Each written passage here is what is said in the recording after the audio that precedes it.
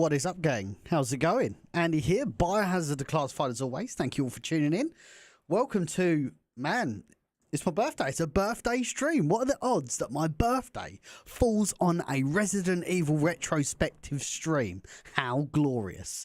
But yes, thank you everyone. Always appreciated having you in the chat. I'm officially 29 years of age. 29 years I've been blessing this planet for. And yeah, every day's a blessing, gang. Let me tell you, every day's a blessing. When I've got the family around me, I've got you fantastic people in the chat. Yeah, we always have a good time. We always have a good time. Today, we are moving on to our next game in our retrospective series. Although, is it really another game? Let me just get the title screen up here, as you can see. Is it really another game? I mean, I would suggest it's more of a re-release, and that's exactly what Resident Evil Director's Cut is. It's a re-release of the original Resident Evil. So, to give you a bit of a timeline into what actually happened with this, ignore the CEX logo on it, or the sticker, excuse me. Resident Evil came out in 1996. It came out, critical acclaim, etc., etc. Excellent PS1 game. Performed exceptional outside of Japan. And as a result, they entered production into Resident Evil 2. They got about 90% of the way through that Resident Evil 2 game before deciding that they don't like Resident Evil 2. So they actually ended up canning it and starting all again. So that is what you are seeing now with the let's call it the new Resident Evil 2, but it would be the original Resident Evil 2. That game got canned. It got leaked online at like a 40% build. It was called Resident Evil 1.5, and yes, we will be covering that as part of the retrospective. But back in 1997, as a way of apologising to Resident Evil fans, they re-released Resident Evil 1. It has a lot of different modes, which we'll talk about as we're playing. There's different camera angles. This one doesn't have the different music. There's two different ones that have different music, but I'll explain when we get underway with the game. But yeah, they really brought this out as a bit of an apology for fans to say, sorry, we fucked up. We thought Resident Evil 2 was going to be exceptional. It turned out not to be exceptional. So we're going to re-release Resident Evil 1, kind of keep your appetites wet for when we eventually do drop the actual Resident Evil. So nice interesting story behind Resident Evil Director's Cut. It's actually the port that you get on the PlayStation 5. You don't get the original kind of black label Resident Evil 1 on the PS5. You get the Director's Cut, which, to be honest, is the definitive version of Resident Evil 1. Like, If I would tell someone to play Resident Evil, it'd be the Director's Cut, because you just get the best of all worlds. It really is like the master port of Resident Evil 1. It kind of has been succeeded by the PC version these days, but I'm still yet to see a Director's Cut port of this game. Oh, who is that? Wait, something's gone off. Something's gone off. But I can't see anything. Who was that? Was that Tyrone resubscribing? Thank you very much. Appreciate that. I don't know why nothing come up. But I appreciate the resubscription over on Twitch. Really appreciated. We're going to actually go through some of the comments here. Let's see who's in the chat. Wee Man, Cool Cookie. Abby, how's it going? Great to have you in the chat. Rapid Crafter, dropping a follow. Thank you very much, sir. Hope you're doing well. Always a pleasure, mate. Abby, thank you. Will, happy birthday. We will be going live on the FBG a little bit later. Or a little bit later, as in a couple of minutes. We are live on the TikTok, and we're now live on YouTube as well. So, you know what it's like. Accessible all over the place. Happy birthday, bro. Wishing you nothing but the best of today. Thank you, Rapid Crafter. Huge shout out to Rapid Crafter, another esteemed Resident Evil creator over on the tube of you. Thank you very much. And oh my god, it's starting to come along now. Craig coming in with holy shit, with 5 number gift subs in the chat. We are going. Thank you very much, Craig. That's extremely kind of you, sir. Thank you very much. Dropping 5 number tier 1 subs in the chat. Man, my stream alerts are fucking all over the place, but it doesn't matter, because we got Craigie Boy in the chat, and I think we've just hit we're so close to hitting a hype train already. Amazing. Thank you very much for that, Craig. Long time follower of Biohazard Declassified. Thank you. Chef Joe, how's it going? Curtis is in the chat. Charlie, thank you. Hope your birthday was fun for the day. Probably had an awesome dinner. Indeed. Yeah, it wasn't too bad. Horror Game Central, thank you. Han, how's it going? Tom, played Resident Evil as a kid. Resident Evil 2. Yeah, I mean, I would suggest the original Resident Evil 2 is probably the best version of Resident Evil out there, I would say. By far the best game in the Resident Evil series. The original, of course. Of course. Hey, that's all coming through now. I don't know why that took so long, but we're here. Awesome. Good evening. Happy birthday. Thank you, Sue. Appreciate that. I should probably put something on screen that says it's my birthday, but thank you. Thank you for your kind words. Actually, should I? Let me just quickly do that on TikTok, because TikTok is the only one that doesn't have an actual like link or anything. Let me just put. It's going to be super basic and like Arial font. Don't make me bust out the Comic Sans now. Here we go. I'm going to just shrink it down. There you go. Birthday stream. We're going to put that just there. There we go. That's exciting. Thank you, Tom. Thank you very much for the gifts as well. Chev with the tofu as well. Thank you. I know I didn't have to, but that's a birthday present, my man. Thank you very much, Craig. Always appreciate your support. Hey, Jay. Thank you. Thank you. Yeah, who's excited? Who's excited to see some Resident Evil tonight? You know I love me some Resident Evil. And if you're just tuning in, guys, Andy here, Biohazard Declassified. We are currently going through, every Wednesday, we're playing Resident Evil. We are working our way through the series. We started off in 1996 with Resident Evil 1. We're now into 1997 with Resident Evil Director's Cut. So we've got a long way to go, but fortunately we're open. We're open for business every single Wednesday. NW Editor, have you tried the True Director's Cut? Yes, I have. Exceptional. Very exceptional. Can you please ask Chef Joe to make me a brew? Whatever that means, Chef Joe. That's great stuff. Andy, happy birthday. Best RE game for me. Love this version and no DualShock crap music. We will go into detail on the differences between the DualShock, the Resident Evil 1 DualShock and Resident Evil 1 Director's Cut. There's like all kinds of different changes. Just answer a couple more questions before we go live here. So what do you think about the news of Evil Within, Andy? Yeah, kind of tragic, really. If you didn't know, Tango Gameworks, who are owned by Bethesda, formerly Shinji Mikami was spearheading it before he conveniently left, which kind of all makes sense now. Unfortunately, they folded the studio. So we will not, well, potentially we won't get an Evil Within 3, which is a real shame. I'm hoping another studio picks that up. I really am. Really am. Always down for some Resident Evil. Thank you. Those director cut angles make a welcome difference when you play so much of the OG. I agree. Joker, thank you for the follow. We're nearly on a level 2 hype train over on Twitch after Craig kicked off the hype train with 5 number of gift subs. Thank you very much again for that, Craig. Certainly appreciate it. Thank you for the follow, Chev. Yes, we'll go into detail on True Director's Cut as well, because True Director's Cut is effectively just an amalgamation of Director's Cut and the DualShock Director's Cut, kind of like a catch-all, what's it called? Catch-all version of Director's Cut. Samantha with the roses, thank you. Tom with the finger heart, appreciate that. Chev with the follow. I think we had a follow from a fella called Tommy as well. Craig, happy birthday, sunshine. Thank you very much. Horror Game Central with a happy birthday, thank you. Ryan, Han, man, we got all the boys and the girls across the platform. This is why I love going live with some Resident Evil, man. We just get all the love across the platforms. We've still got one more platform to go live on, but I tend to do that once we've started the game, which is what we will be doing now. So let's get this party started, shall we? I feel like Michael fucking Buffer. Let's get this party started. Let's go. Right, okay, let's make this happen.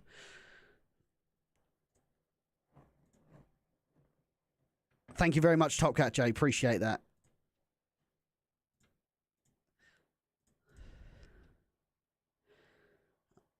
Okay, make sure that's coming through. It's taking a while. There we go. We're live on our final platform. Okay. Let's get a show on the road, shall we, guys? I can't wait to jump in with some Resident Evil. So we're going to go new game, and we're going to jump in on the advanced mode, which is by far the best way of playing Director's Cut. Let's make it happen. Press any button. Where is the button that says any? And we're going to go with Jill Valentine. What did you guys initially play as? Jill Valentine, or did you play as Chris Redfield? Let me know in the chat. Here we go, guys. Thank you, Stephen. Oh boy, 1998. So ironically, this game was called the Director's Cut, but in most regions still had the censored black and white CG, which makes absolutely no sense. CG, does I say CG? I meant F&B. Around the forest zone situated in northwest Raccoon City, where we're searching for the helicopter of our compatriots Bravo team, who disappeared during the Real Grapshour indeed. Mr. Faceless Art has entered the chat. Thank you. Chris, how are you? Thank you. Chris. Bizarre murder cases have recently occurred in Raccoon City.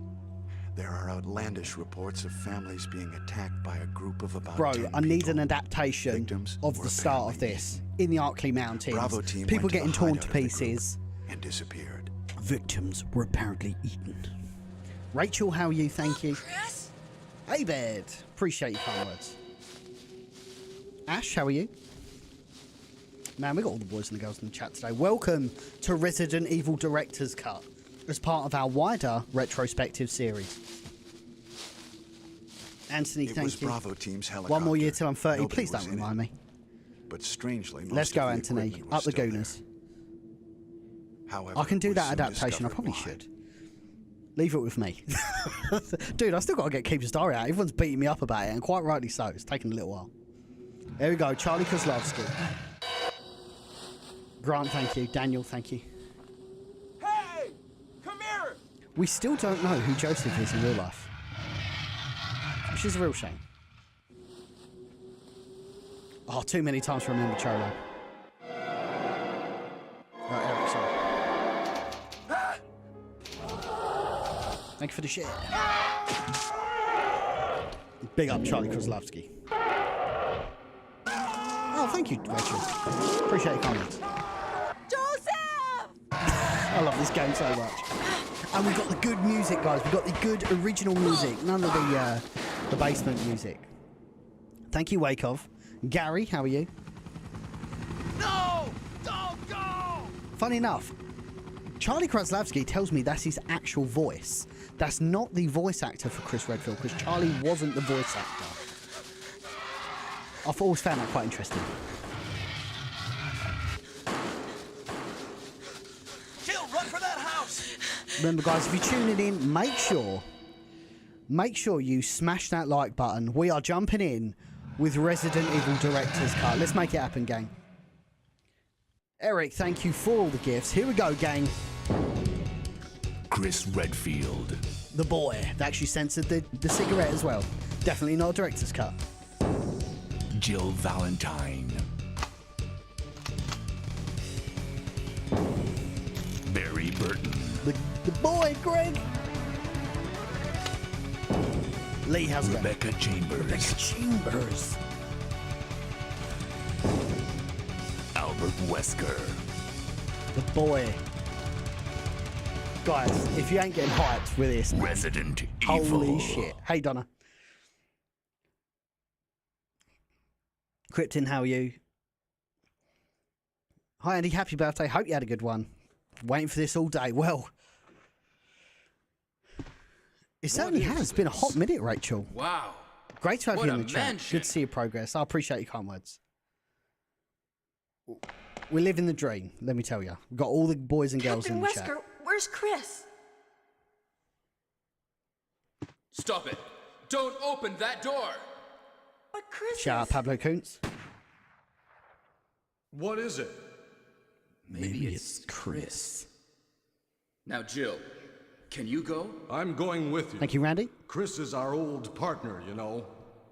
Okay. This is live, Alvin. Let me handle this. I'm old now, Alan. I don't get much from my birthday. alert. I'm old. Emmy, thank you. Toothy Fruity, thank you very much. Huge shout out to everybody in the chat. So, just before I start here, I've got something for you, Tom. I will answer that in just a moment. Just a moment. You hit me with the Barry Burton. Right, so Ash in the chat over on TikTok, he says, Andy, can I be nosy and ask what that Resident Evil box is behind you? Right, so I'm going to go grab it. It's a fucking lump. So, this, my friends, is, I don't know if you can see this, it's a Resident Evil item box. So this is an official licensed product that was gifted to me by Game Flavour. They were basically doing these first aid spray. I'm going to try and get it out in one. Yeah, I've got you, Ellen. Do not worry. I've got like 100 chats open. I'll get round everyone in just a second. Redact that from the record. Not in that way. But yes, these are, first aid spray cans. I did a full review of it over on our YouTube. Shameless plug. youtube.com/Biohazard Declassified. Excellent stuff. But yeah, it's an authentic Resident Evil item box. Love it. I've actually only had one. So, I hope that answers your question, Ash. I got a shotgun. Yes, sorry, Ellen. It's gone crazy today. We've got people all over the place. Emmy coming in with a resubscription at tier 1. Thank you very much. Hope you're doing well. Always been curious about these. How sturdy is the box? It's kind of like a shiny card, so I would suggest you still have to be quite careful. It's not like made of wood or anything like that. It's just like a shiny plastic. What is this? Asante, let's go, brother. How you doing, sir? What is it? Blood. Man, we've got all the boys and girls in chat. Jill, Joe, thank you for your see kind if you words. can find any other There are clues. mixes for alcohol I'll be in there as well. examining this. Again, I did a full review of it over on my YouTube Hope account. this is not Shameless Chris's plug. blood. youtube.com/Biohazard Declassified. I would say it's shiny cardboard. I don't know why I deliberately confused you there, Tom. Thank you, Ash. Appreciate that. Sarcasm Chasm. How's it going? Love that name. Okay, right, so let's talk about the differences with the director's cut port of the game. So as you can tell, Jill looks very, very different. This is the alternate costume. The alternate costume for Jill. I actually really like it. The Vestless Jill slaps. It really does. Love it. You'll immediately notice as well that the pistol is now different. Again, we're going into this like you guys already know what Resident Evil 1 is. I'm just explaining the differences between this and Resident Evil 1. So you get this lovely M92 FS silver pistol now. Now, the real benefits of this is you have the ability to get a critical hit. So you it's like 1 in 10 or something. You get a headshot. It's really, really good. But let's look at the iconic, shall we?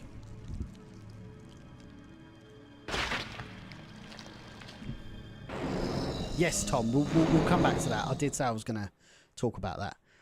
What an iconic scene. I mean, when I think of Resident Evil, I think of the iconic dude. This dude. This fucking dude right here on the wall. This dude.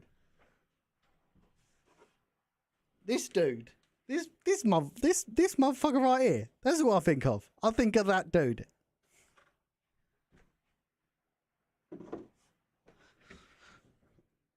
Love it. New to retro reviews. My good friend Tony, brother in arms over at the Residents of Evil, with the $10 super chat. Don't have much right now, but here you go, my dude. Happiest of Escape the Womb Day to my fellow Biohazard brother. Appreciate your kind words, Tony. Thank you. Thank you very much, as always. Alan dropping 100 stars as well. Thank you.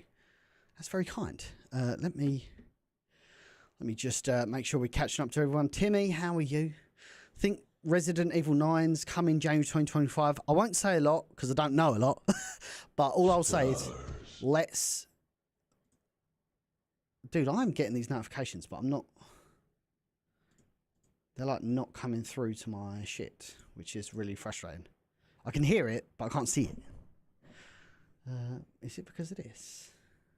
No, that's right at the bottom. I have this all set up, but it's just... Why is that not coming through? I'm going to assume that was Alan with the 100 stars. Thank you. I haven't collaborated with Ink Ribbon in a hot minute.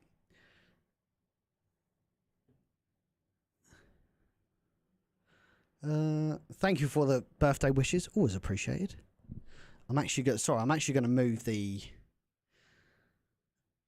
my Facebook one over here because I'm losing a little bit of a track on it. So Alan and Gary with the 100 stars. Excuse me. Really appreciate it, guys. Thank you very much for tuning in. But yes, tune in to the next state of play is what I wanted to say. The state of play is going to be huge. I anticipate, whether it's for Silent Hill or it's for Resident Evil. So I don't know if I'll be covering the event, but I'll definitely be live tweeting it and live posting about it. So yeah, make sure you follow me on socials for that. But all socials Biohazard Declassified. 8 shirtless Gym Bros. Thank you for the follow. Andy, you were supposed to make zombie noises. Yeah, of course. You've got to. It's basically the law at this point. Glenn, how are you?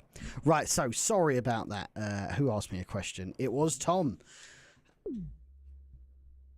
The voice acting. You wanted to know about the voice acting. So, in my opinion, the voice acting in Resident Evil is not bad.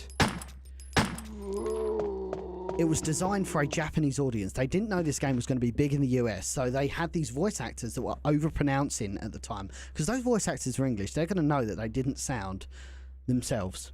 It was, in my opinion, it was overpronounced to appeal to that Japanese audience, this non-English speaking Japanese audience. That's why they're so over the top. That's my rationale. I hope that makes sense. Let's go, Joker. How are you? Oh, thank you very much, Mars. Hope you're doing well. Always a pleasure. Yeah, this dude was scary as hell when I was a kid. And Kenneth's head is just completely detached from his body here. In the original sequence, his head actually does drop off, which is absolutely, when you watch it for the first time, it's absolutely horrific.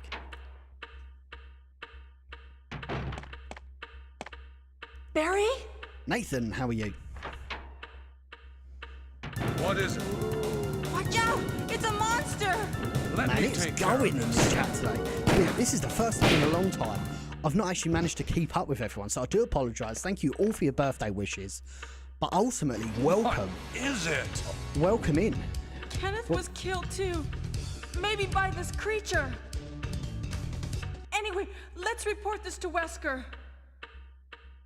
I just got another alert, but nothing's come through. This is really frustrating. What is going on here? What is going on here? Okay, I wonder if that was Emily's one. Okay, let's head up.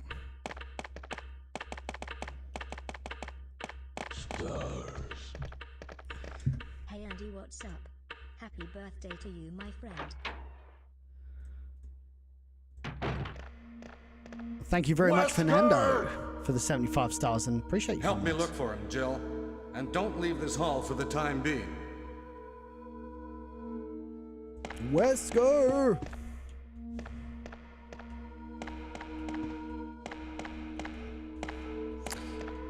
I love in Code Veronica, it actually has a little bit of a callback to this. It's really cool. The stars. Thank you, Alan. Appreciate that. It actually has a bit of a callback to that in Code Veronica where like Claire's kind of stuck to the back of it. Find anything, Jill? Find anything, Jill? Nothing. What is this all about? Thank you for the Can't shares. figure it out at all. I might just have, sorry guys, I might just have to take the alerts off and just read them Now manually. it's Wesker's time to disappear. Because they are just I not don't know coming what's through, going and I don't on. want them to like Well, half come through. I can it still can't be read them. helped. They just, Let's search for I'll just him have to come up with my own I'll alert. check the dining room again. Okay, I'll try the door on the opposite side. we This will mansion endeavour to get that is sorted by the next stream gigantic. though. We could get into trouble if we get lost. We should start from the first floor, okay? And Jill, here's a lockpick. It might Thank be you, sir. handy if you, the master of unlocking, Tom with the take it roses, with thank you. Thanks. Maybe I'll need it. Let's meet up in this hall.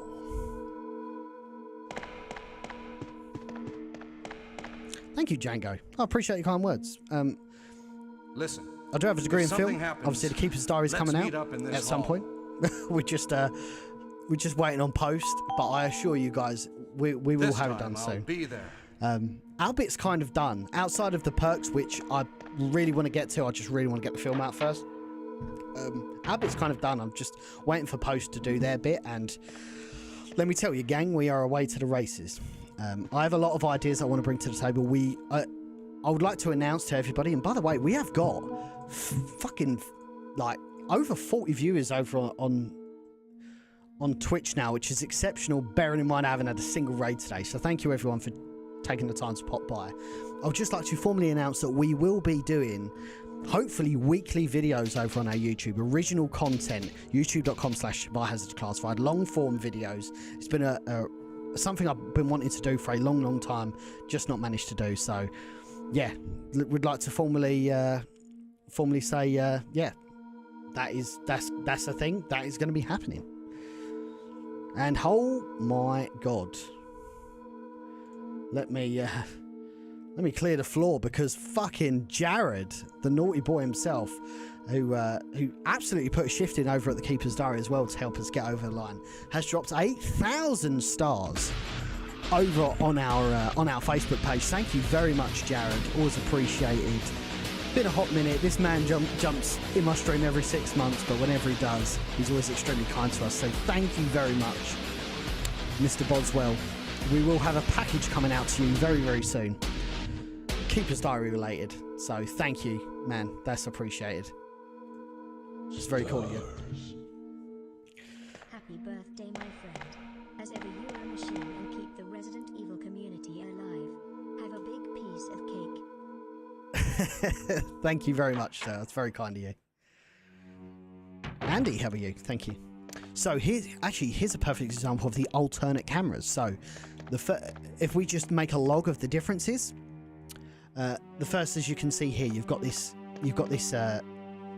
have the outfit. Sorry, the outfit was the first big change.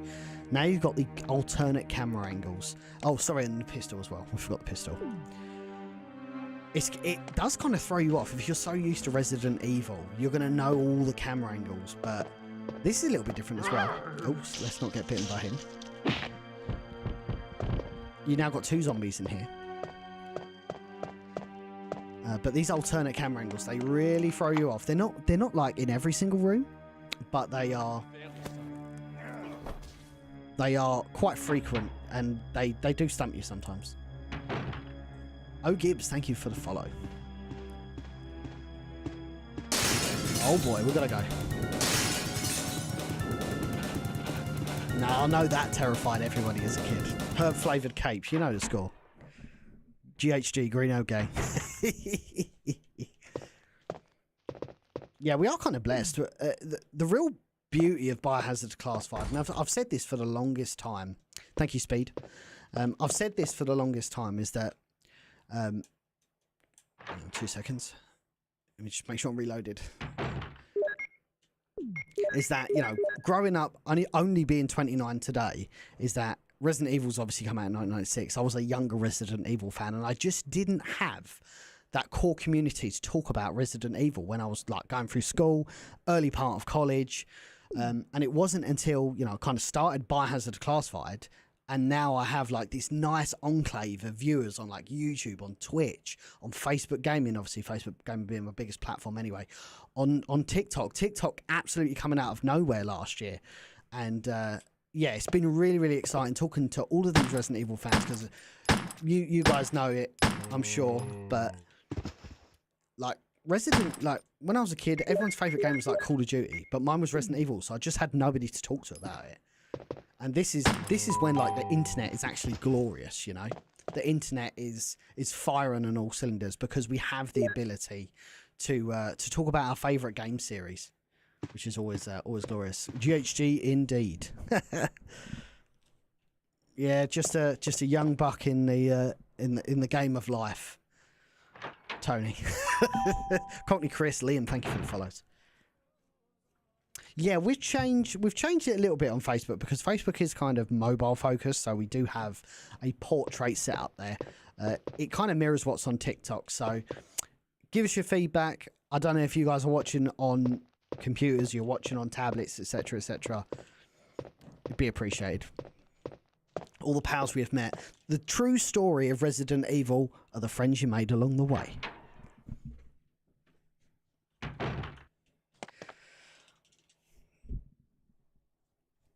I won't be on tomorrow, Donna. I'll be on Sunday, most likely. Now, you'll notice a big difference with this room. So now we've got 3 Zombarinos, which is never good. There we go. Lovely jubbly. Han, thank you for the heart. Andrew, thank you for the heart. We've got to get out of here, though. Now, again, the beauty of playing as Jill is that Barry does come in clutch in certain situations. This is one of them. One of the more iconic segments in Resident Evil.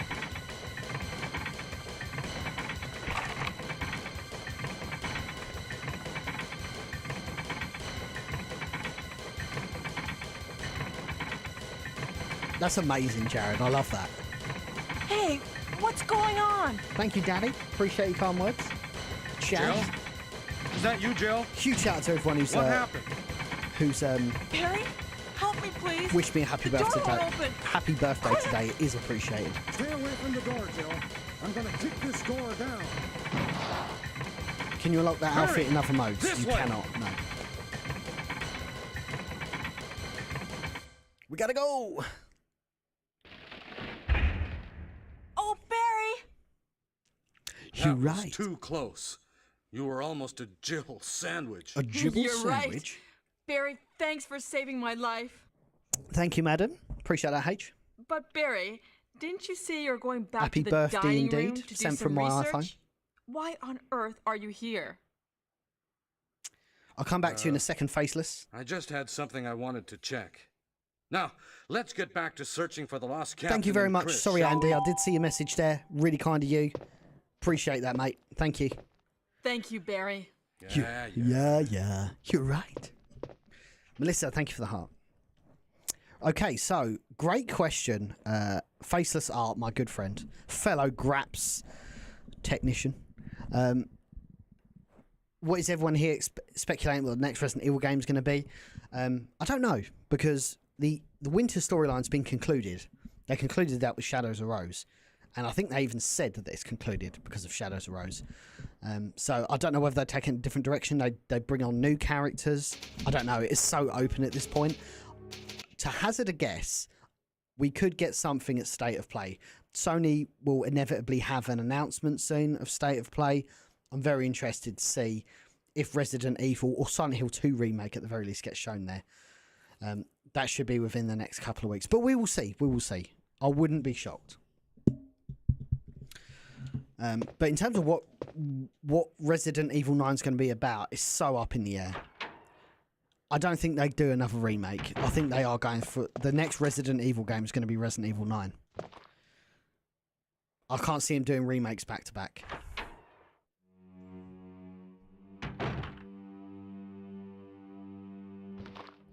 Hey, John, thank you. Willie, appreciate that. Leslie, thank you for the roses. Let's go. Oh, shit. Let's go around this way. There we go. Thank you for the shares. Happy birthday sent from my iPhone. I think she's on Piers Morgan tonight, actually. I just want to go back to zombies. Yeah, I mean, we've said it for a long, long time. John with the stars. Thank you very much, sir. Appreciate that. Star, thank you. Yeah, I mean, they always kind of pretend to go near zombies and then just inevitably just go in the other direction. But at least we've gone back to zombies in the remakes, I guess. Outside of 4, obviously. I just don't know. The real problem, and I know people are like, I want to see original characters again. You know, like Chris Redfield in Village. I want to see original characters again. And yes, that on paper is understandable.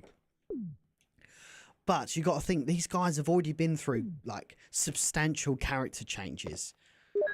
So like, what more can you, for example, what more can you do with Leon S. Kennedy? Like, Leon's already gone through that kind of rookie cop to battle-tested government agent.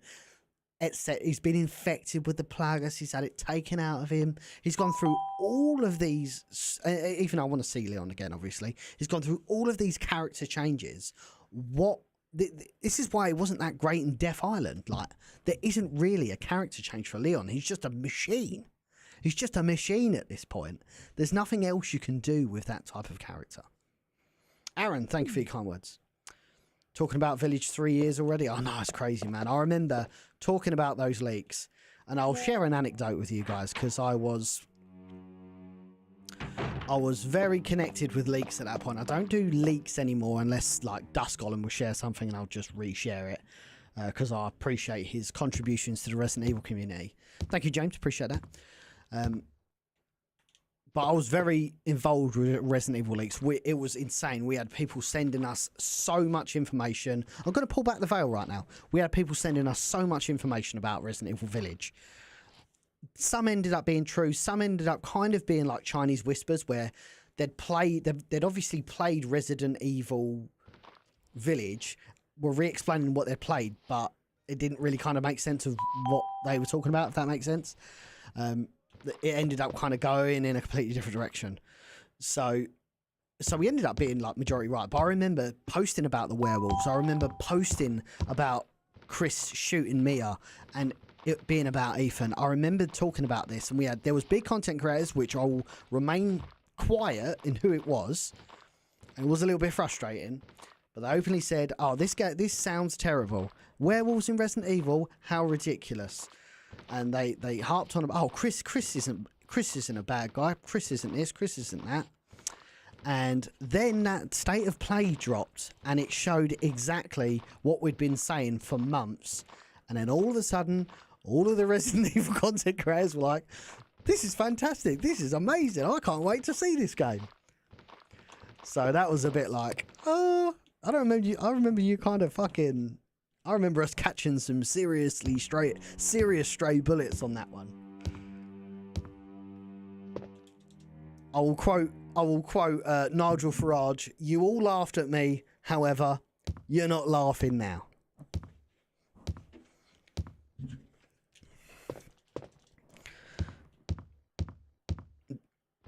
Thank you, Will. Yeah. I keep forgetting to talk about the age of the Resident Evil. Of the Resident Evil characters now. Like, they've got to be like in their 50s and 60s now, you know? It's crazy. Cedric, thank you. Romano, appreciate you. Thank you for all the follows, by the way, over on the Tiki Toki. Much appreciated. Much appreciated. And if you're just tuning in for the first time, my name's Andy. This is Biohazard Declassified. I'm a dedicated Resident Evil content creator. I do a lot of streams, memes, daily Resident Evil content. Every Wednesday, we go live with the Resident Evil Retrospective, where I'm basically going through the series, starting all the way from the beginning. And we're just reminiscing on days gone by, on better game design, on different game design. This come out at a time. This come out at a time, ladies and gentlemen, when this comes out, it doesn't get patched and repatched and repatched. It's a one shot only. Oh shit, I took some serious damage just then. Holy shit, that put me on danger. That's never good. Birdman, thank you very much. Sups, how are you? Thank you. Just caught the man himself live. Love you long time, buddy. So yes, if you're a huge Resident Evil fan, feel free to drop us a follow.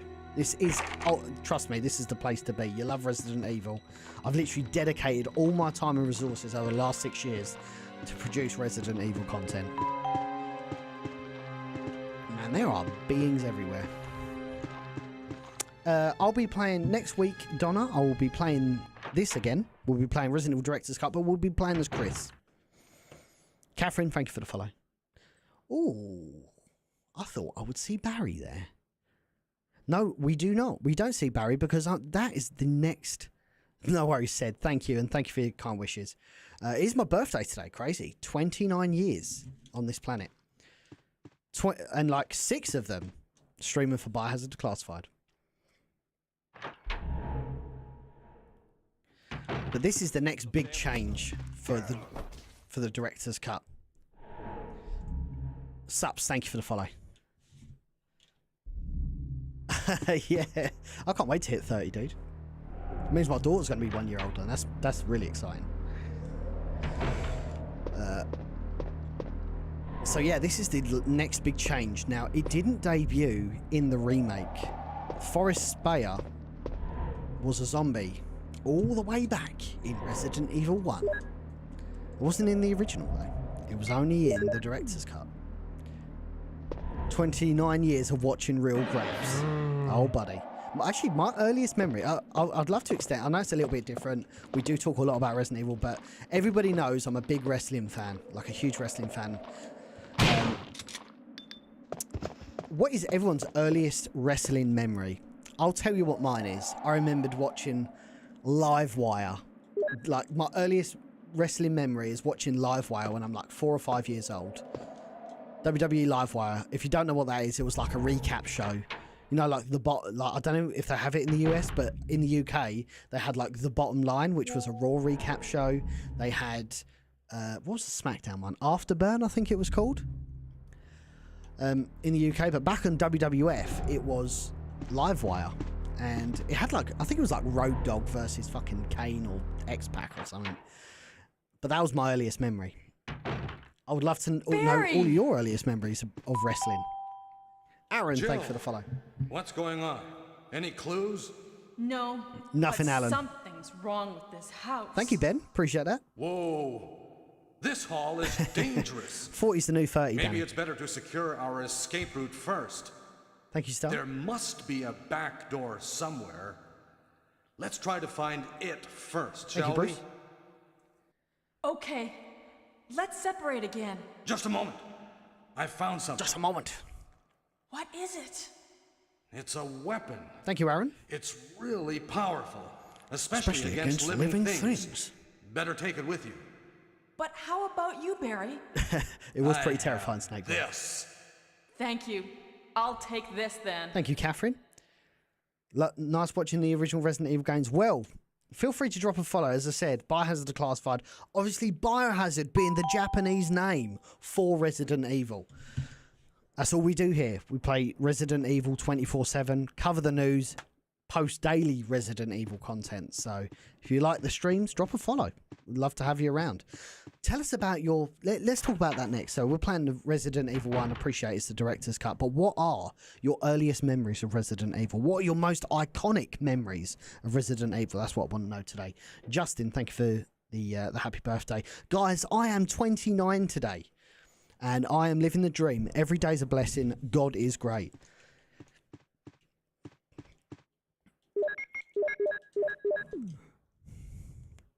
I remember catching glimpses of Kane and The Rock, but I really got into when John Cena was champ.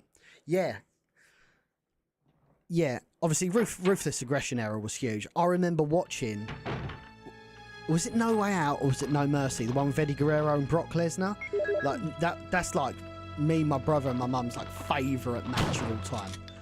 Like, there's so that was a true Dave Meltzer 5-star match. Like, holy shit! Like, if Dave Meltzer didn't give that a 5-star, just a perfect story that was. Just cruising today. We're talking all about Resident Evil, talking about the history of the director's cut subs.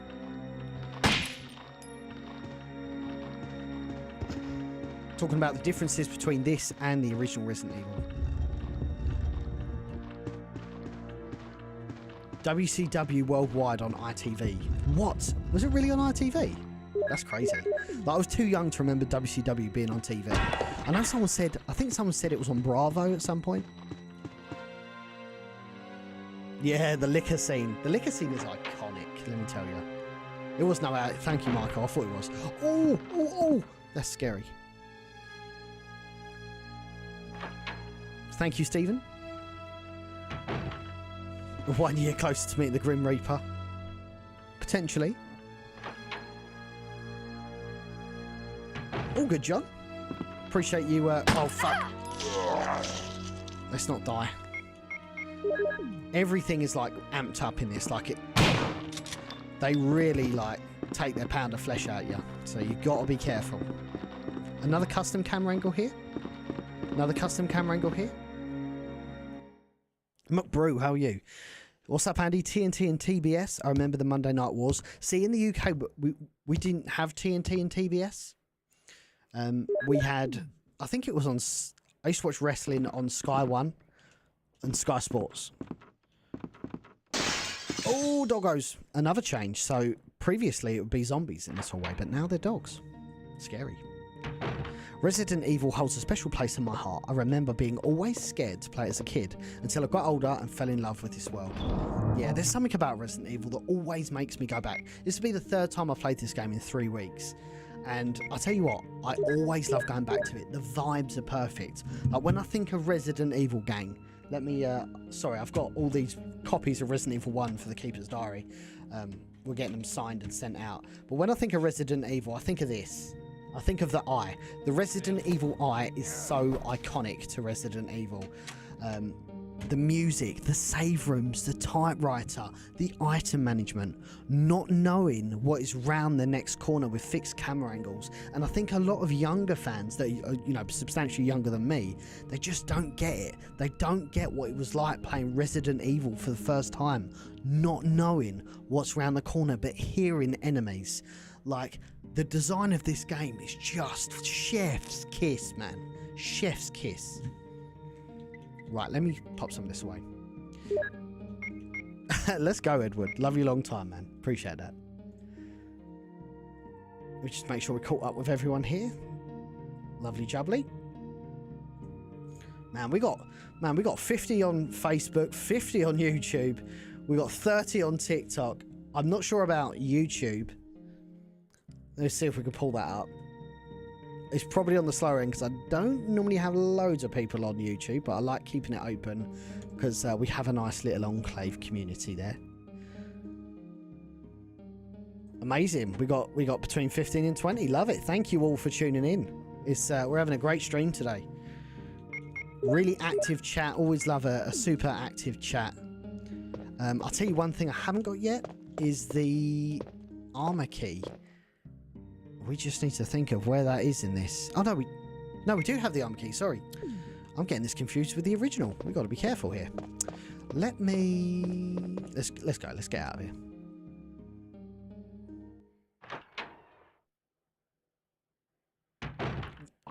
Oh, shit.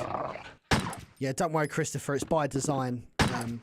Unfortunately, Facebook, if you don't tag a certain game, Facebook doesn't show your game in the feed. Like, I'm not joking. Like, if I didn't tag GTA, you wouldn't see the stream. But what I do is, once I finish, I'll swap it back to Resident Evil. It's just a silly thing we've got to do just to get around the silly algorithm on Facebook. As long as you can see it. Yeah, lockdowns was sick, man. Yeah, Facebook really dropped the ball on streaming, which is why we're streaming across the board now, which I'm grateful for, by the way, because it means we reach more Resident Evil fans than ever. Do you have to bring in another Resi out? Resident Evil 9, probably. We should get an announcement soon. Right, let's head in here. Oh, your zombie backdrop is moving and it's slightly unnerving. Sorry, do you know what it is? I've got a fan on, so it's like blowing like this. It's like it's going to jump out and eat me. Lockdown, knockdown, indeed. Melissa, thank you for the roses. Appreciate that. Yeah. Andy is a fraud. I'll take it. I'll take it. I'll get called a fraud so you guys can see the stream. Oh, what's this, guys? I know this. John, thank you for the heart. I know who that is. That's Charlie Kozlowski. Hang on a minute. This is the Keeper's Diary. Does anyone know the Keeper's Diary? Definitely not the fan film that's coming out soon. And do you know what's really creepy, guys? I've got a post lined up on the Keeper's Diary socials tomorrow. You know why? Do you want to see something really weird? May 9th is tomorrow. May 9th, 1998. The poker scene in Resident Evil took place tomorrow. Amazing. I'll have a post coming out for that shortly.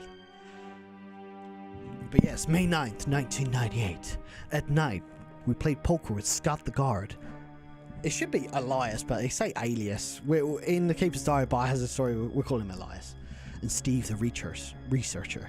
Steve was really lucky, but I think he was cheating. What a scumbag. I've got some bits to send you actually, Faceless. I'm not going to read that. If you wanna know what happens in the Keeper's Diary, give it a month. We should have the film out, and you'll be able to find out what happens. How many solar revolutions? Too many, my friend. Right, let's pick up them shotgun shells. Oh, oh, oh, oh, oh. This is actually one of my favourite tracks in Resident Evil. Awesome track. Oh no, bro, it's fucking... I'm almost at a point where I'm like... Everyone's so excited about The Keeper's Diary for quite good reasons, obviously, and I just want it to come out. It's in its final stages. We've just got a little bit more post to do. But, you know, we all want to move on with our projects as well, but we've got a very small team working on it, and they've also got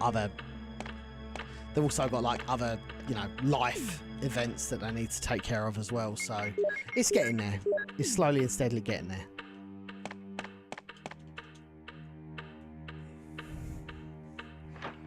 We'll get there though.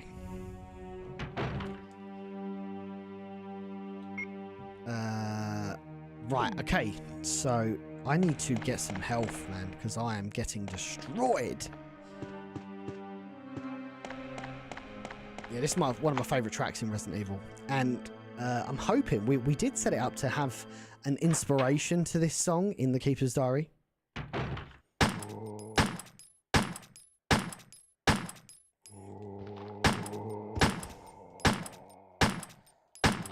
Jesus, he's a quick boy, isn't he?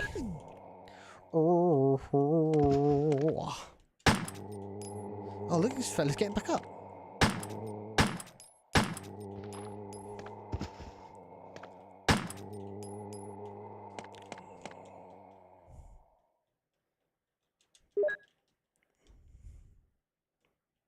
Lewis, thank you for the kind words. Would I go back and change anything? Probably not. Life's all about making mistakes and redemption. Ooh.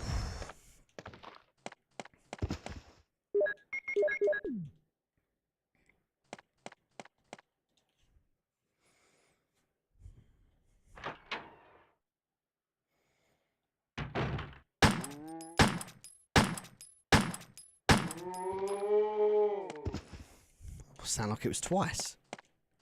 Ooh. Remember, guys, if you're enjoying the stream, make sure you smash the like button, whatever platform you're watching on today. It does absolute wonders for us in the algorithm. It is, man. Like, there's no point in you got to live for now. Like, did you get hit by a bus tomorrow? And then what are you leaving behind? What's your legacy? That's what it's about. It's leaving a legacy, man. What is really cool about the Keeper's Diary. What is cool about the director's cut is you don't need the special key to get access to the additional costumes. You can swap back to Jill if you want, but you can actually swap to the bonus costume.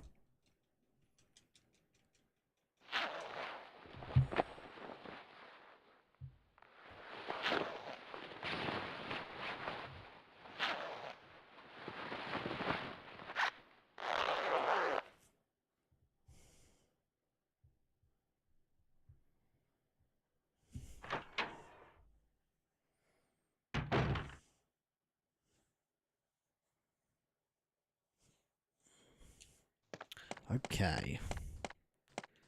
Think Andy could have gone back in time to win the lottery? Yes, yeah, I could have done. I could have done the old Back to the Future sports almanac thing.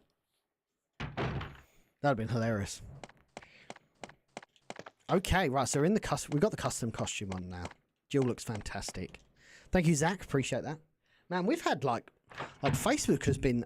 Alan will attest to this. Facebook can be very, very hit and miss, but we've had some ridiculous interaction today over on Facebook. Thank you all for tuning into the stream.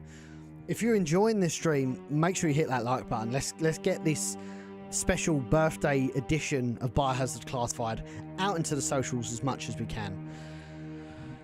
And drop a follow whilst you're there, why not?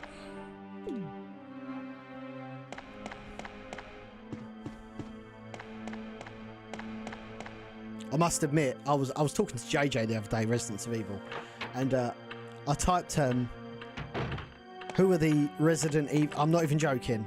I typed who are the Resident Evil streamers? Who are some Resident Evil streamers on ChatGPT? And it come up with like Bulba Soup, Residents of Evil. Who else was it? It was the third one. I can't remember the name. It wasn't Susie. It was somebody else. But number 4 was Biohazard Declassified. I could not believe it. I was like, what the hell? If you type Resident Evil streamers in on ChatGPT, I come up. That's fucking bizarre, man. Like, this is just my little corner of the internet where we talk a lot of bollocks about Resident Evil. And I'm happy with that. Jordan, thank you.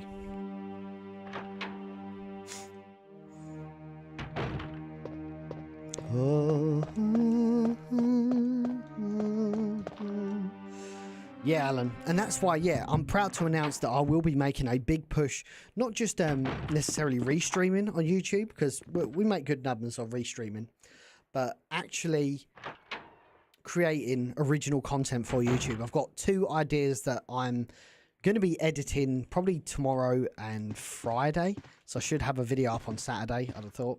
Super excited to get that one out. But we're going to start creating original content. Kirsten, thank you for your kind words. This is really cool. You get the Colt Python Magnum in like the first hour of the game. I think that's crazy.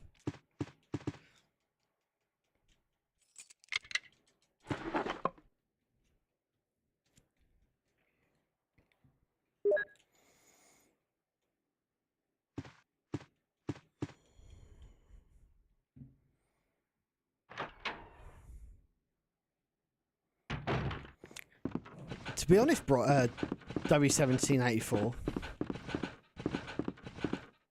the big reason why I decided to do that is purely because of the schedule. Like, for the longest time, before I had my daughter, well, not I, obviously my wife had my daughter, I'm a byproduct. When my wife had my daughter, like, before that, I just used to stream whenever, so I didn't really have a like a dedicated stream schedule, because I just went live whenever. I just didn't really have a lot of responsibility, so I was like, oh, I might as well go live tonight. But now I've got like a fixed schedule. Like, I'm going to be going live on Wednesday, I'm going live on Sunday. Now I've got time to like plan content, plan streams, plan original videos, etc., you know? 29, Edward, sorry. You did ask earlier and I stupidly didn't reply. 29. I was 24 when I first launched Biohazard Declassified. Thank you, Devil God. Appreciate that. Rave Music. Appreciate the follow.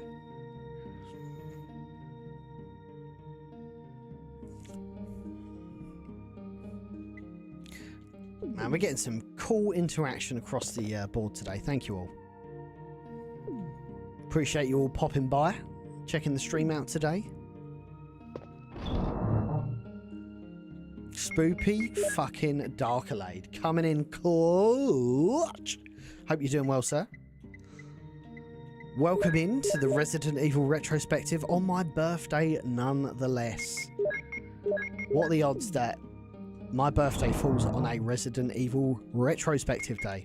And what is the retrospective, if you didn't know? We're working our way through the series. We're playing a hell of a lot of Resident Evil. We finished 1996, now we're on to 1997 with Resident Evil Director's Cut. It's going to be amazing. Oh, shit! We gotta go, we gotta go! We gotta go. His eyes are out of his head. Spoopy fucking Darkalade with a big one. Dropping 5 number gifted subs in the chat. Thank you. That's very kind of you, sir. Always a very generous contributor here at Biohazard Declassified. Thank you very much. Thank you kindly. For birthday and Resident Evil retrospective. Thank you. Absolutely killing it on the Twitch Arena today. Appreciate that, guys.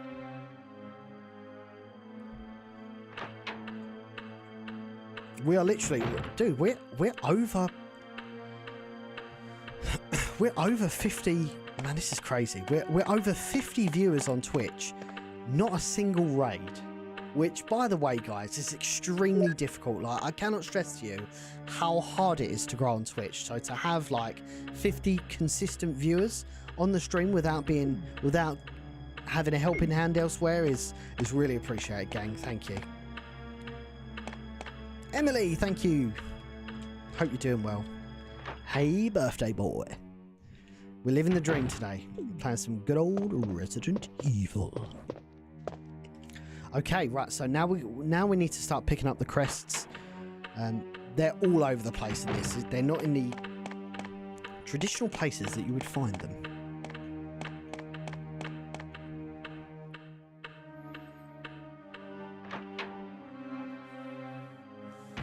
Yeah, it's tough, Spoopy, man. It's tough. What did you get up to today? So I was working for the majority of the day. It's pretty low key, to be honest. Because it's midweek. Like I don't like it when my birthday falls on midweek because I can't really do anything. I was always going to have a bit of a low key year now that obviously Eden's here.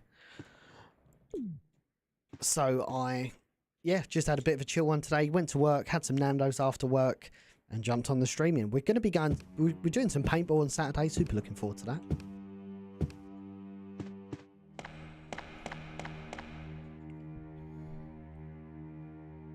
And I'll probably go out for a pub lunch on the Sunday. So I'll just kind of, push it over that end.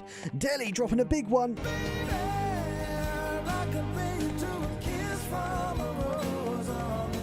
Thank you very much for the money gun. Thank you kindly. Oh boy, dudes, it is kicking off on all platforms right now because Edward just dropped 1,700 stars over on Facebook. Thank you very much. Holy shit. We had 5 gifted, a money gun, and fucking 1,700 stars. 3 different platforms, 3 different contributors. Thank you very much. Let's fucking go. Thank you very much for that, Edward.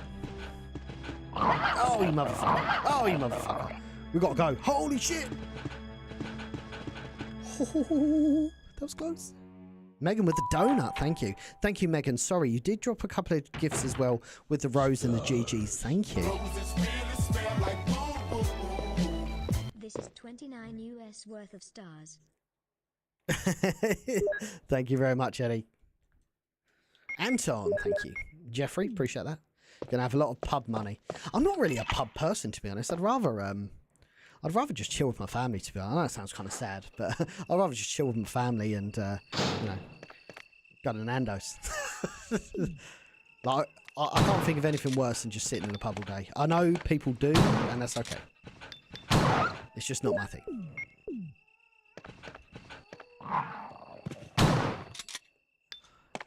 No, I didn't mean to pick that up. Little Panda, thank you. Thank you for the donut as well, Megan. Thank you. Oh man, what's this dog made of?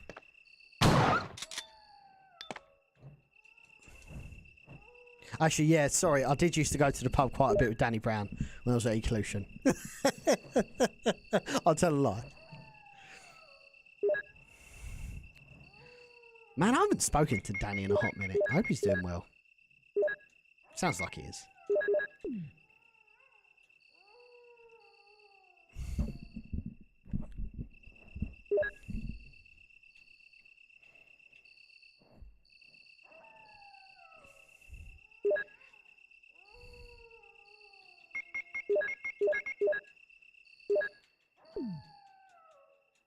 No worries at all, Deli. Thank you.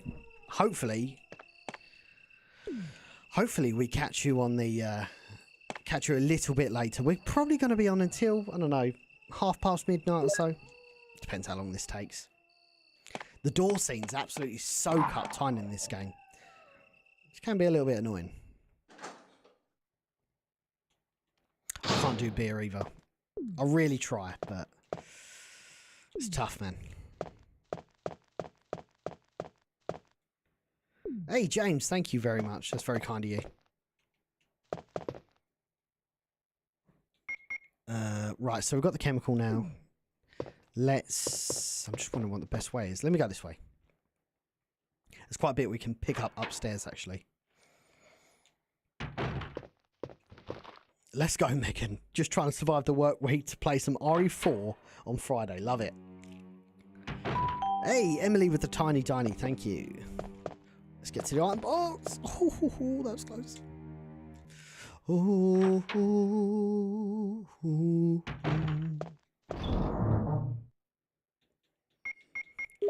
Okay.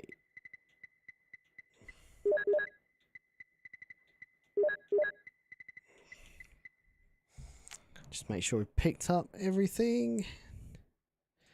Yep. Let's go to view activity. Great stuff. All good? Yeah, lovely jubbly. We're all good. Patrick, thank you. Sorry, I don't know if I picked that up, but thank you very much for the happy birthday wishes. Danny, thank you. Excuse me.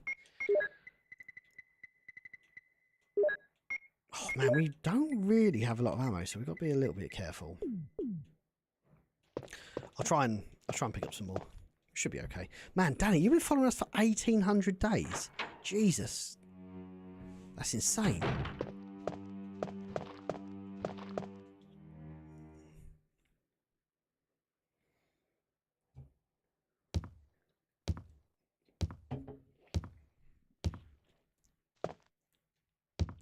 Nice quiet hallway. Just how we like it. So, a little bit of a difference here. There's some additional items in this room now. Normally, on a playthrough, you wouldn't really need to go into this area. Because there's a couple of, like, smaller items, but nothing key. If you go into here, we actually get half of a crest. That's why you get half of a crest.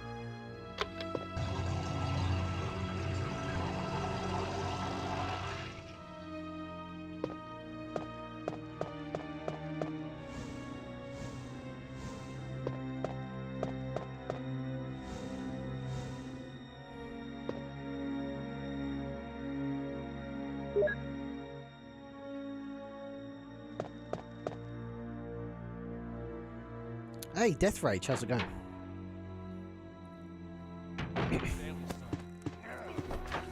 Oh shit, so this is new. This never happens. Thank you for the follow, Death Rage, appreciate that. How did you find us? Actually, that's a great point. How did everyone originally find my streams? I'd really love to know. It's always like a completely random story.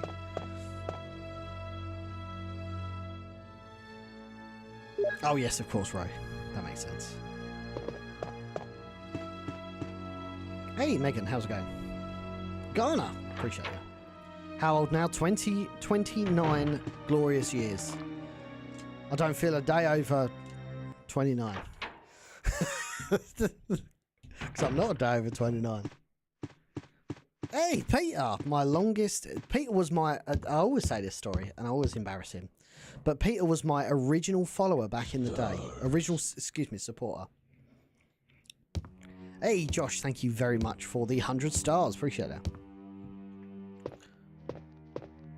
Oh, thank you, Bethany. Oh, fuck, I've messed this up. Oh, damn it. But yes, Peter was my original subscriber. My first ever when, like, on Facebook, you had something called Become a Supporter. And you got gifted that after, like, you had to hit a certain crazy metric on Facebook. I don't remember it activating, and Peter was my first ever one. Which is absolutely crazy. So thank you for the memories, Peter. You've been with us the entire time, and you consistently stick around in my streams, what, 5 years later? Mental. I know, man, I know. Thank you for your service. Ole, thank you. Alejandro, appreciate you. Did look up Resident Evil Facebook, and you were live streaming. You posted in that Facebook RE veteran group. Yes, yeah, I know that one. I will do dice roll streams again, Alan, soon. I don't want people to feel like they have to give money to my streams. Like, that's why I like doing it like once every couple of months. Like, if I did it every stream, everyone would be like, dude, like, It's like we're fucking gambling on you or something, you know? I don't want it to be like that. Even though it's probably a great business model, I don't. I like the idea of people coming in. If they want to gift, they absolutely can. Or they can just stay and enjoy the fucking nostalgia, you know? How long has the stream been going? What, just today? We've been going about an hour. But in general, about 5 years. Your group was suggested for things I was interested in on Facebook. That's common. I see that a lot. Thank you, Holes. Appreciate you. Facebook during COVID. Yeah, buddy. Remember that. Mark dropping 100. Thank you. Thank you. Dropping a big one. 1,000 bits over on Twitch.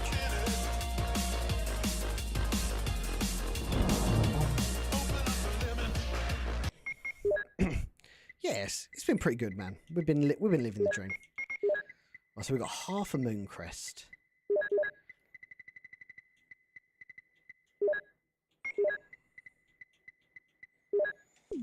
Okay, we don't have loads of it, so we've got to be careful. I think I found the stream when you had played Biohazard since I'd heard it existed and was curious about it. I can see that. Also, happy birthday. Thank you. Randomly on Facebook Watch. Yeah, man. Dude, Facebook was just... I can't... It's hard to explain to people that weren't there, but Facebook really was amazing. Like, I remember pressing like go live, and I'd have like 300 people just sitting there waiting for me to go live. It was just an amazing feeling. I'm a little bit disappointed how the platform's gone. I mean, it's given me the opportunity to grow elsewhere, which I'm grateful for. I'm just still a little bit gutted that didn't end up being a bigger deal than it was, because if they would have carried on that momentum, like, I'd be having like, 1,000, 2,000 viewer streams on Facebook if they actually took themselves seriously as a streaming platform. It's a real shame. Because it's like, you build up, like, I remember hitting 100,000 on that platform. I was like, man, this is crazy. And you build that up, and you're like, man, you're really proud of it. But because Facebook didn't take itself seriously, it's like you're proud of it, but nobody else really cares. It's like, oh man, but like, I really worked hard on this. And then it just started capping who you could reach, and it was like, man, like, so many people. It's not that your content is bad, because by definition, if my content was bad, other people on other platforms wouldn't tune in to watch my streams. Like, I'm humble enough. I'm humble enough that, like, I'm not big-headed, and I'd say that I put a reasonable amount of effort into the stream. I put a reasonable amount of effort into production value and producing some good content. Am I the best streamer in the world? Well, nobody is. Everybody ultimately is a work in progress. But yeah, Facebook just fucking own gold themselves, man. It's crazy. It's so unfortunate. One day, I hold out a small amount of hope that one day they flick a switch, and then, like, something more than 1% of my Facebook audience gets notified. What happened? Be amazing. Oh, Jill, this house is dangerous. Oh, thank you, Alexis. Appreciate that. Terrible demons. Ouch! Ouch! You're wounded. What kind of demon attacked you? It was a huge snake, and also poisonous. Ouch! Poisonous? Oh no. Richard, hold on. There is serum. Oh no. Oh no. I love I this should have dude. brought some with me. No problem. I'll go and get it. Thanks.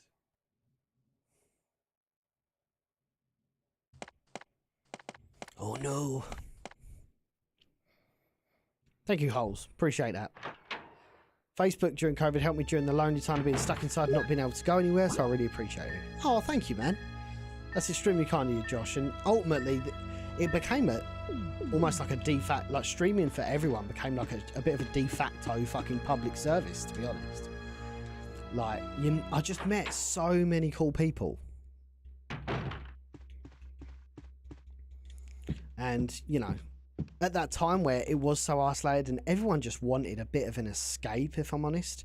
They didn't want to just constantly hear about how bad the world was. They just wanted to escape and have a bit of fun. Like 4 years ago was a completely different time. Like trying to explain to especially younger people what trying to explain to younger people how the pandemic was when it first like come about in 2020, where like they're just this feeling of isolation. It was kind of sad, but that was the real beauty of streaming. Streaming picked up, met so many cool people, and we all used it as a bit of an escapism to escape out of real life, because real life was fucking arse, dude.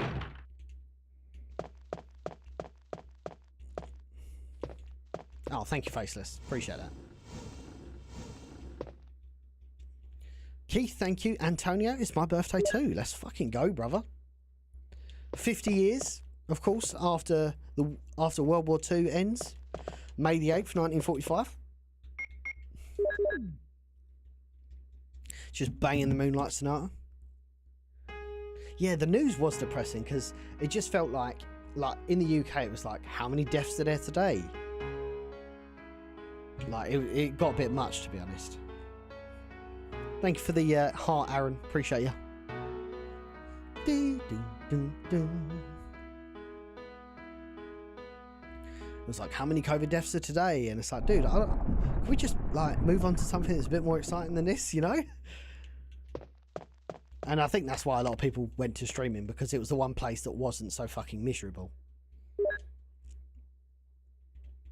Hey, Akenru. This is Resident Evil Director's Cut. Oh, yes. That was, dude. Yeah, being that side of the political aisle myself, just the amount of own goals that the Conservatives had was just mental. Absolutely mental. They just really couldn't help themselves. The whole political class was doing it. Just like, you guys have to stay home, but not us. Like, dude, that's not how life works. Like, I don't want to get like super political in the chat, obviously, because we're talking about Resident Evil and that, but I just don't think they'll be able to pull off another pandemic at large, if that makes sense. Like, I don't think people will have the willpower to stay in like they did, because it was such a big ask to stay in and not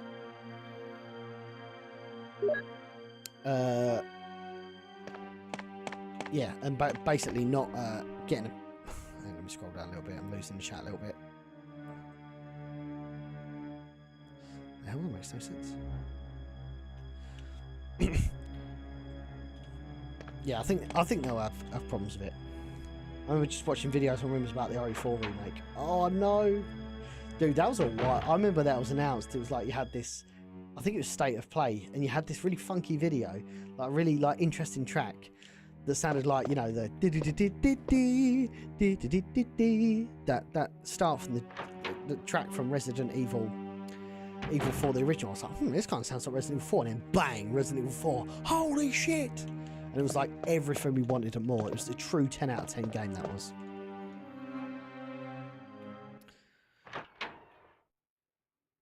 I basically, camera, I've killed them all. You should be able to see them too. Do you think they'll kick the government later this year? I don't know, man. It's you're asking me to choose between two evils. Like the you're choosing out of dishonesty and high taxes, and I don't know. That's a tough one, man. I'd rather just not have high taxes.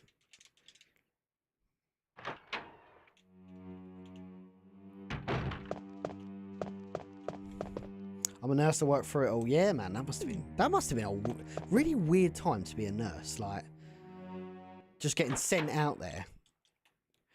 Just getting sent out there to deal with it. And it's like, oh, I'm going the wrong way. Oh, man, that was my fault. Like, just getting sent out there and just having to deal with something that literally, this was what was so unbelievable about COVID and the pandemic, is like our grandparents, our great grandparents never had a global pandemic. I think that's just unbelievable. such an unbelievable fact. So like you're being asked to deal with something. That's why I did sympathise with governments around the world. Like you are literally being asked. And by sympathy, I mean like a fucking sliver of sympathy.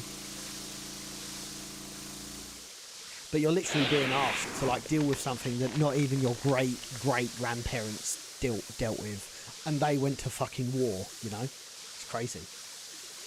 Taxes suck. The IRS entered chat.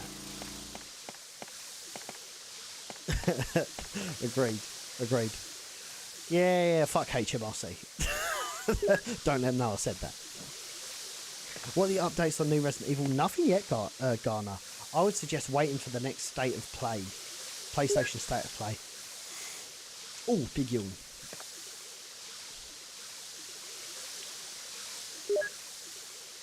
Yeah, Spanish flu was like 1918 though, you know. Like that would have to have been like my great grandparents.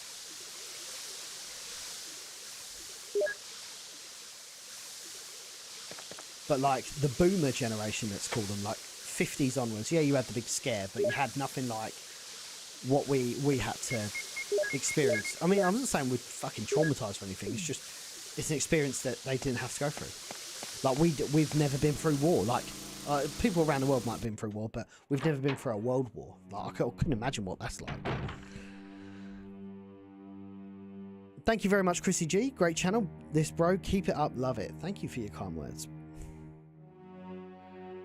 Happy birthday, bruv. Have a great day. Love your work. Thank you very much, Richie. Appreciate your kind words, brother. Thank you for popping by, spending some time with us. Yeah, it's fucking it is stressful, Alan. It is stressful. And it always wriggles its ugly head, unfortunately. Dark Vader, how's it going? Tories took it as an opportunity to cash in.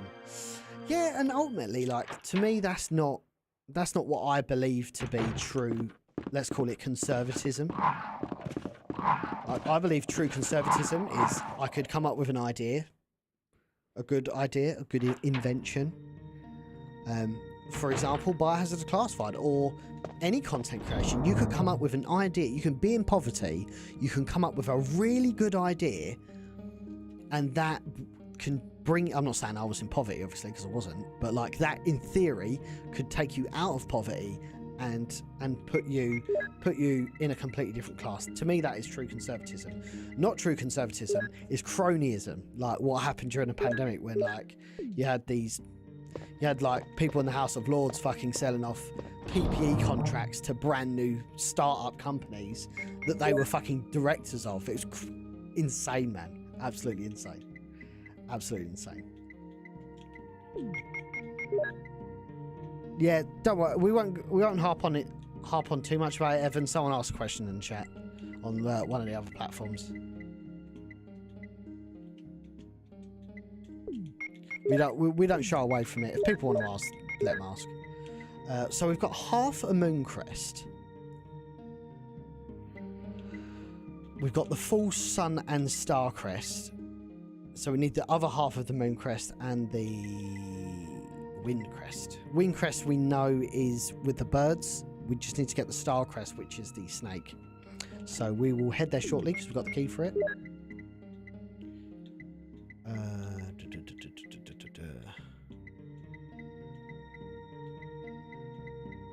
Hey, E for you now. Let's try it again. E for you now. How's it going? Great to have you in chat. Do you remember that fan film pilot on YouTube for Resident Evil Arklay Mountain?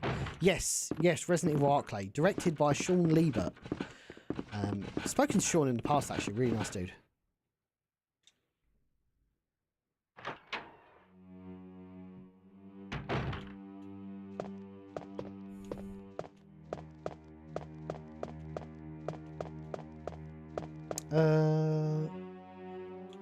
Yeah, I might actually grab some more health while we're here.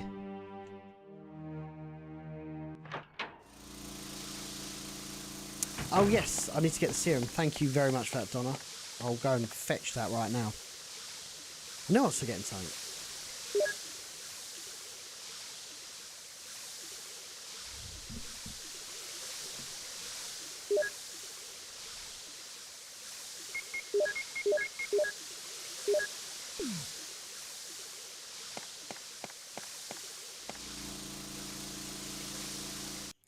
Do you reckon original Resident Evil 2 and now Resident 1.5 would have had a live action intro? That's a great question, actually, because obviously Resident Evil 2 had CG, didn't it? But we don't know about Resident Evil 1.5. Like, we have no knowledge of CG.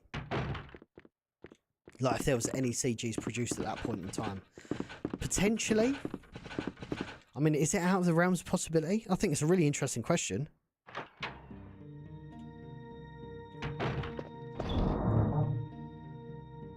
Yeah, I mean, maybe they'll take some inspiration from Alan Wake Faceless. That'd be interesting.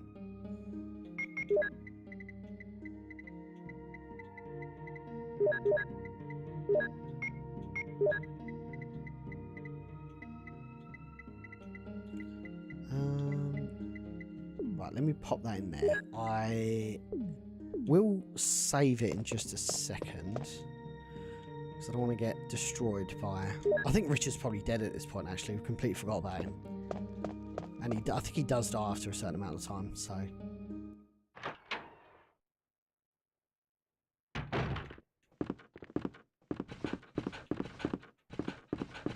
We gotta go! Let's go, Paul. Man, 1700 days is a long, long time.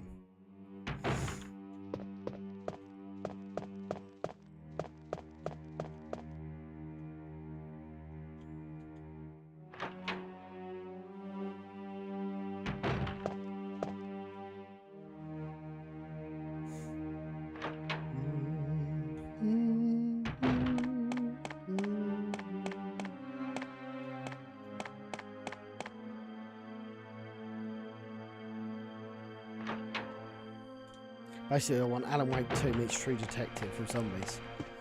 That's what I mean. There is scope to do something like that. I just don't know whether Capcom will. I honestly do not know what's in store for Resident Evil 9.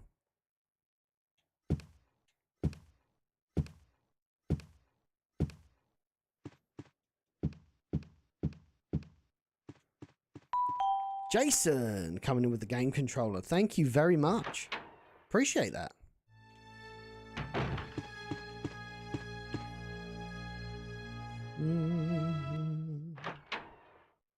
Yeah, he's got to be dead as a door now.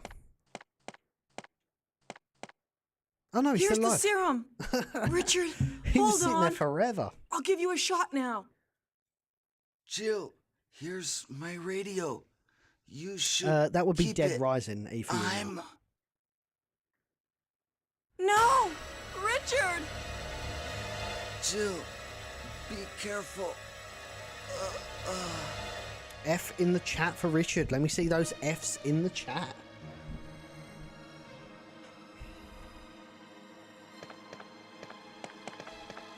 Let's go, Elizabeth. Thank you. How's it going, Lee? How come you prefer the director's cut to the original? Mainly because of the arrange mode. The arrange mode to me is the definitive way of play. I mean, it's the same game, ultimately, but it's the definitive way of playing Resident Evil 1. Oh, that was close, wasn't it? Thank you for the shares. Oh shit, missed.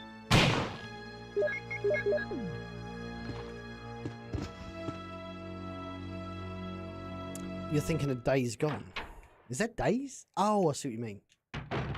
Yeah, Days Gone was exceptional. Actually, when I missed Days Gone when it first came out, because it came out in, what, 2019? So I played it in 2022. I think it was 2022. Yeah, because I was off work, because it was Christmas. It was like 27th or 28th. And Faye was still working. She was still, like, working her, like, bank job. And so I was like, man, I've got like nothing to do for a couple of days. So I ended up starting Days Gone, smashing it in like 3 days, getting the platinum. I like literally I was spending like 10-12 hours a day, like just banging them in while I was off, because there was literally like fuck all else to do. I don't see an open world Resident Evil game. I hope not. I really, really hope not. Like Resident Evil, like the point of Resident Evil, and I don't know whether if this sometimes gets a little bit lost, I know where there's something. I think there's something ribbons upstairs. I don't know whether this gets lost, but Resident Evil, the reason why it's so excellent is because it prides itself on being that kind of isolationist. You're by yourself. You're in a very small, confined space, like a mansion, etc., with skinny corridors and stuff like that. It doesn't work if you then turn that into an open world game. The only way it works is if there's like you fast travel to certain locations. Like the way I pitch this is if, for example, say if it was Raccoon City, you could fast travel to Uptown, fast travel to downtown, rather than like walking organically between all of these areas in a big open world. I just don't think Resident Evil is an open world game, ultimately. Resident Evil is old. No, it's not older than me. Resident Evil came out in 1996. I was born in 1995. Was that? Yeah, cool. This is not the GameCube version. This is the PlayStation 1 version, the director's cut. No, I feel you, Elizabeth. I feel you. Ahmed, how are you? Great to have you in the chat. Okay.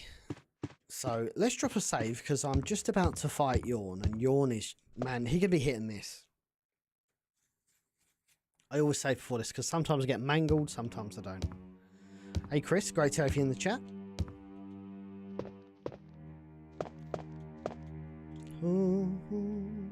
Thank you for the heart.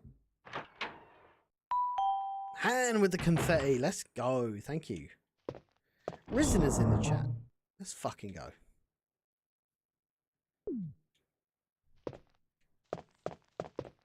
And with the rose as well. Thank you.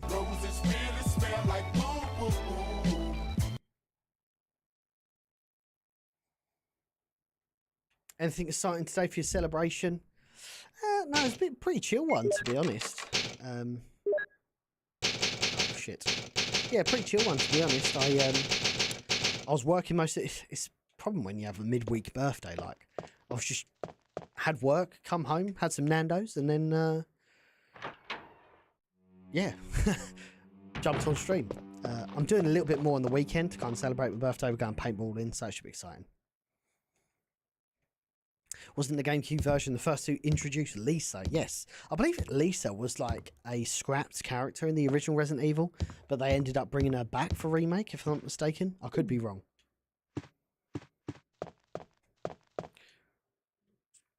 Richard, what happened?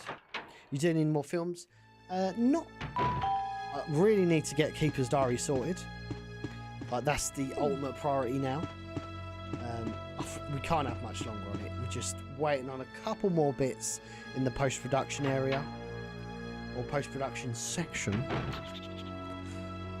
of our team, and then we can finally move on and start. I mean, it should be patently obvious once you've seen Keeper's Diary what we're going to be working on, but I'm not at liberty to discuss right now. But honestly, I'm hoping I want it out now, because like I've kind of been through hype. I want everyone to be hyped for it, but they can't be hyped if we don't know when it's coming out. So I'm just waiting for clarification on.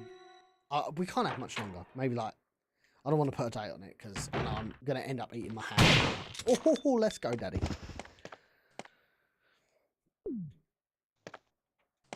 But yes, do not worry. And with regards to the perks, do not worry either. Our main focus right now, because I'm at a point now where I'm like, right, let's just get the film out, and then we can sort out all the perks in bits and pieces. I'd rather do that, because then at least people who have committed to our project can see the fruits of the labour in the final film. Once that's out, I'm gonna start bashing through some of these perks. It's just like we've got such a small team working on it. I want them to focus on getting that out before we then move on to something else, and then now we'll work on two different things, if you get what I'm saying. We should play the OG Alone in the Dark again. I'm open to it. Maybe I'll do a retrospective. Resident Evil 1 JJ Road Biohazard Edition? Yes. But trust me, I had a bunch of stuff sent to me the other day. and holy shit, like some of the sequences are amazing. Obviously I was out there during filming. I've seen the entirety of the Keeper's Diary hundreds of times now.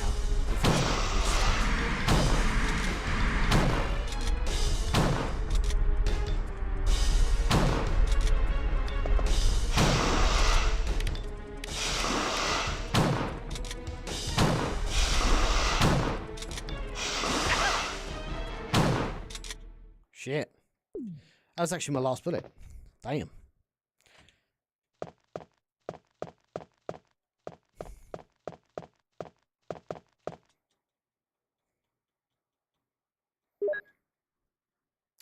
Thank you very much, Han. Thank you for the gifts, and appreciate you dropping by on the Resident Evil retrospective. Thank you.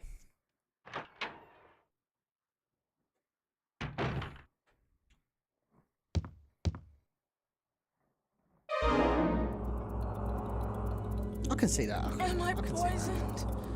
Give me the serum.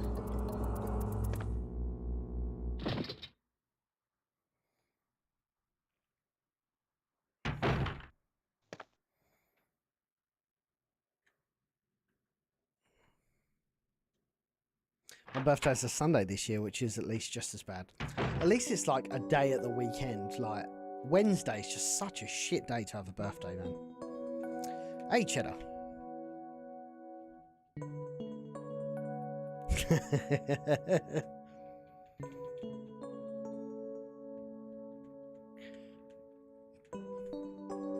Jill was talking to herself, I guess. Barry. Hey, John. Barry? I was playing Hitman Agent 47. I remembered you and quickly finished up and ended here 45 minutes late. Here I am now. Do a series on Hitman, please. Thank you. And again, happy birthday. Thank you, John. I actually do remember I played Hitman Blood Money quite extensively. I think I did anyway. Thank you, Rizna. I appreciate that. What time are you streaming till tonight? Probably about 12:30, I'd have thought. I need to get my arse in gear though. We need to start like rattling through this because I am just living life in the slow lane right now. So we will get this sorted. Music slaps as expected. Where's the pistol? Beretta. Hey Kevin, love this game. Best game I had was not... The best time I had was not owning a memory card, just getting that little bit further. Oh, I can feel that, yeah. Man, that must have been really fucking scary.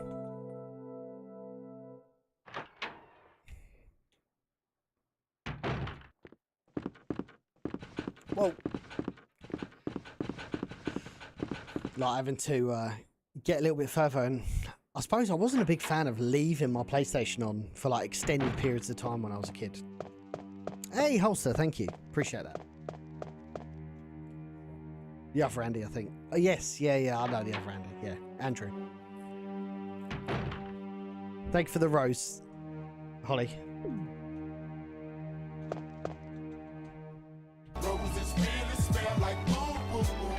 Thank you. Resident with the tofu cat as well. Thank you.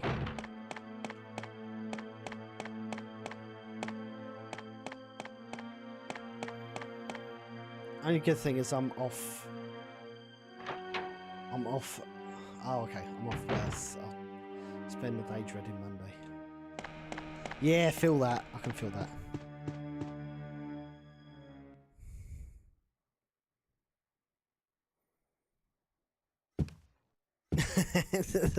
I feel that, Kev. I feel that.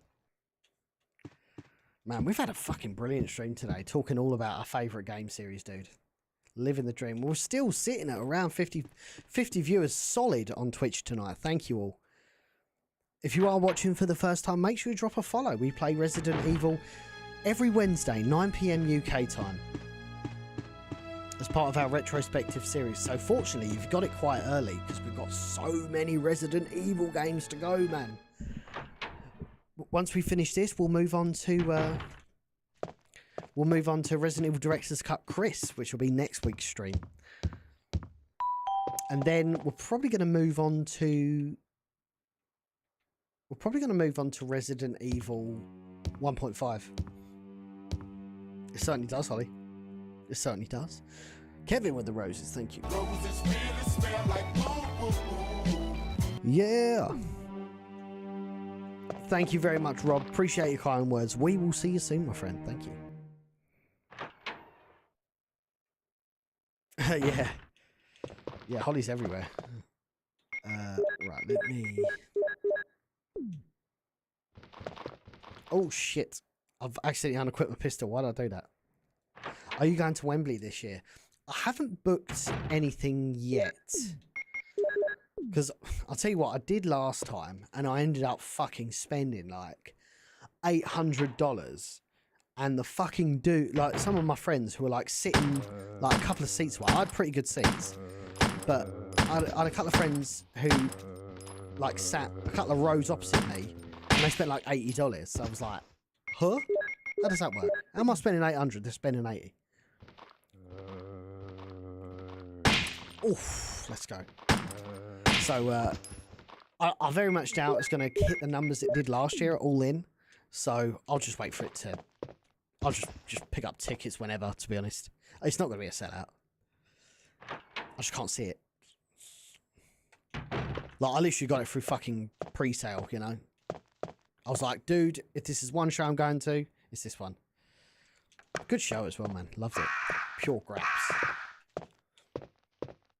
What is Resident Evil 1.5? That's a great question. Resident Evil 1.5 is the code name for the prototype of Resident Evil 2. So, you know how, like, at the start of the stream, I don't know if you was here, Donna, but basically I said, I gave you a little bit of a history on why Resident Evil Director's Cut exists. And that's because back in 1997, after the release of Resident Evil 1, they started working on Resident Evil 2.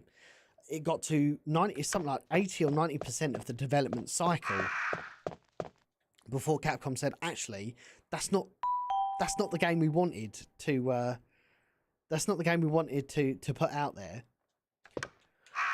So they ended up scrapping it completely and starting on what we now know is Resident Evil 2. That version is called Resident Evil 1.5, and that was meant to be Resident Evil 2. It just never existed.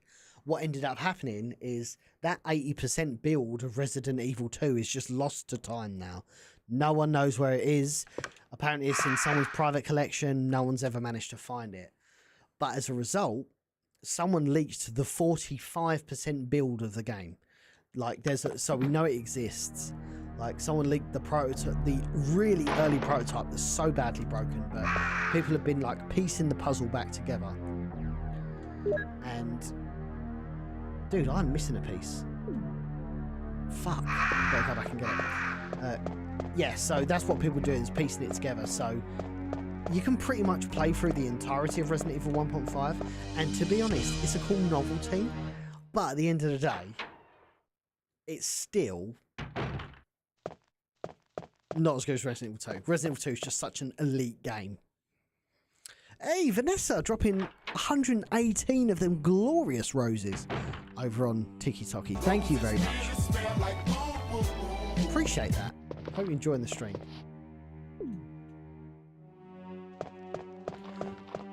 Oh, shit. No, no, no! Oh, that could have been catastrophic. Yeah, we're not doing too bad. Hope you're keeping well these days. And thank you for your kind words. Mark, thank you for your kind words. Oh, Stefan as well. I'm sure I've got the other piece. Yeah, I do. Damn it, we just got absolutely munched on just then.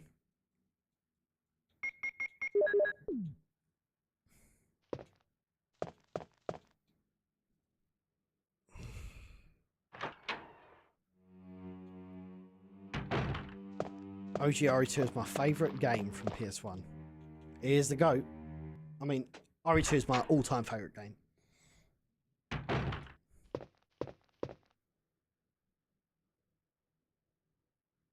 I'll just catch up on my comments here quickly.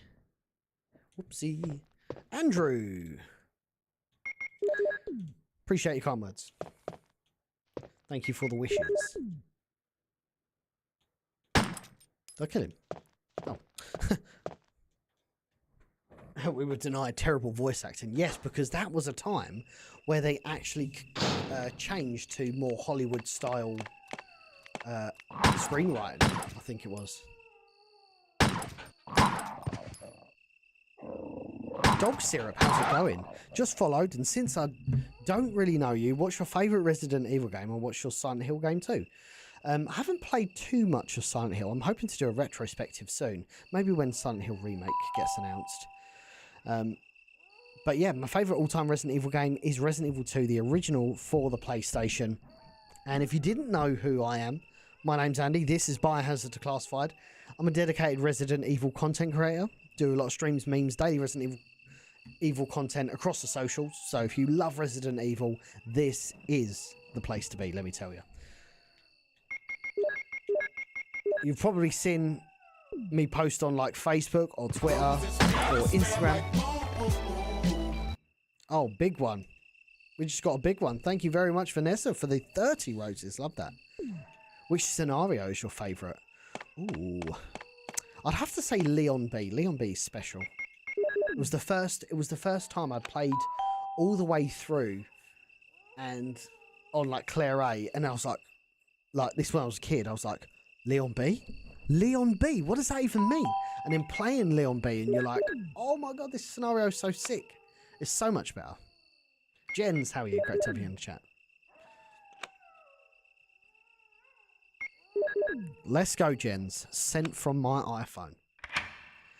Oh yeah, and of course, like, it's my all-time favourite Ada death. Like, Ada falling to a bottomless pit just doesn't do it for me. I love the whole, she kind of dies in the spot and, you know, Leon's like, Ada! And it's really frustrating because when the remake come out, they completely omitted Scenario B. Like, the actual Scenario B. Like, Resident Evil 2 Remake Scenario B is effectively just a range mode, really. And a little kiss, yeah, exactly. Exactly that.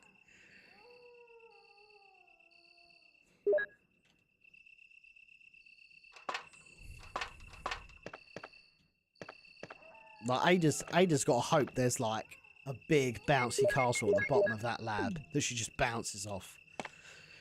Otherwise, like, how she survives that is crazy. I think they explain it in Umbrella Chronicles, but it makes total more sense if Leon just thinks she's dead because she just fucking lays there dead, moves on with her life, and she just gets up and walks away. I think that's so much more credible than whatever they did in Scenario A. Daniel, sorry, thank you for the follow over on TikTok.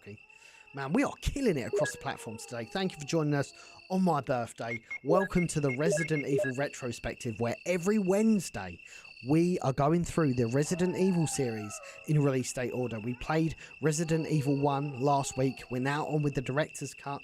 After that, we'll move on to 1.5, then Resident Evil 2, 3, and so on and so forth. So you're joining at a really good time. You're nice and early in the retrospective. Well, we've got so many games to do, let me tell you. It's going to be really, really exciting. PlayStation does have great games. Like, PlayStation 1 is just a go era in history. Like Metal Gear Solid, Crash Bandicoot, Spyro. Fucking... Name some other ones. Name some other ones. Thank you, Paige. Appreciate that.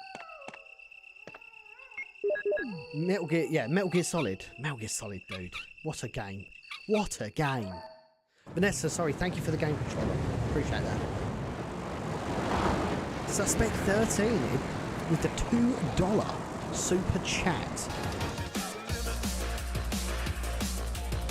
Appreciate that. Thank you very much. It doesn't make sense to bring back Leon in Resident Evil 9. I am in agreement with you.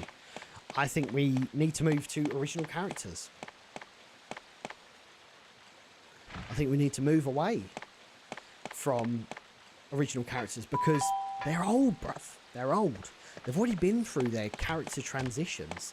They've already gone, like Leon has already gone from that ordinary cop into extraordinary fucking federal agent. There's nothing more you can do with Leon's character except get him infected and then fix it. You know?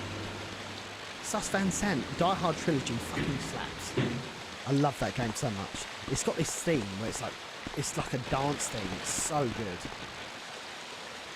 Gex, enter the gecko. Yes, of course. Abe's Odyssey. Yes. Hello. Hello. Follow me. Okay. Goat game. GG. Left him for dead. Broke his ankles. Oh. We gotta go. We are now in the guardhouse, gang. Rugrats. Barbie horse race. Now, I don't remember that one.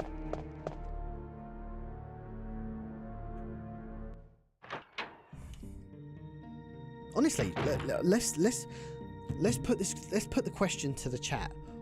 What does Resident Evil 9 look like? Does it have original characters? Does it have OG characters? What character arc is there going to be if they go with these older characters, excuse me? Like, what character journey are they going to go on? Because they're just running out of things to fucking do at this point, you know?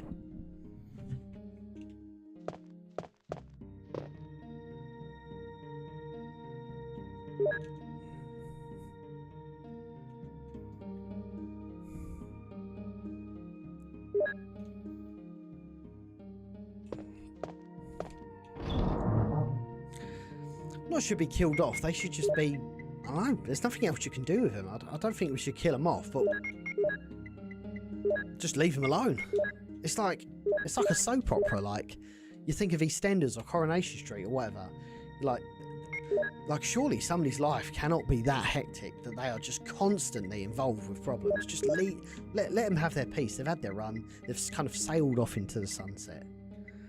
If we want to enjoy these characters, we just play the older games, you know?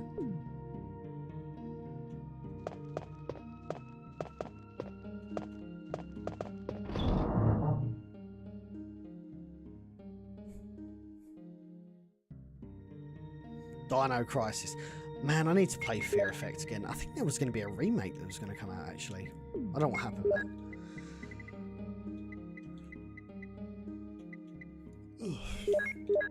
I agree, it's just, it will become quite monotonous, Alan, if they just can't come up with unique stories to tell in the Resident Evil space.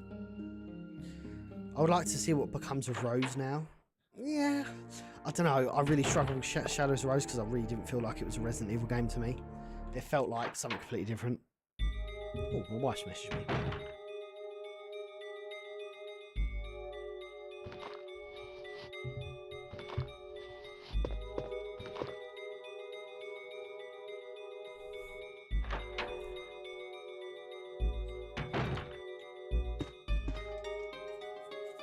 Like, this is what I kind of...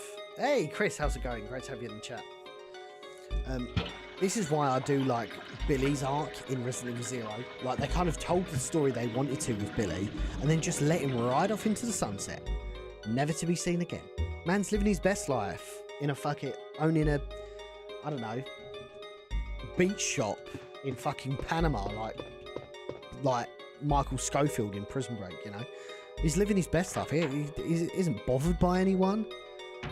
You know, you can make up your own analysis on what you believe happened to Billy, which I think is really cool.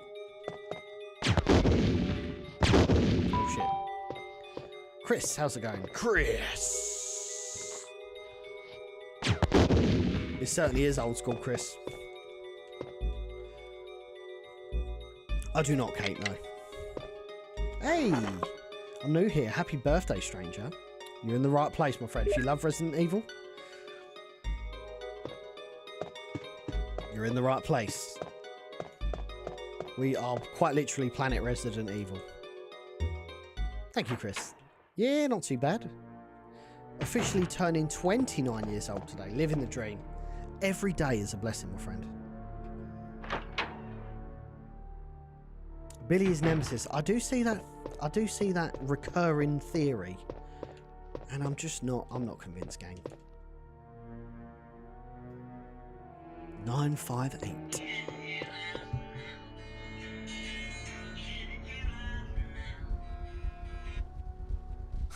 My phone just started fucking going off. The hell?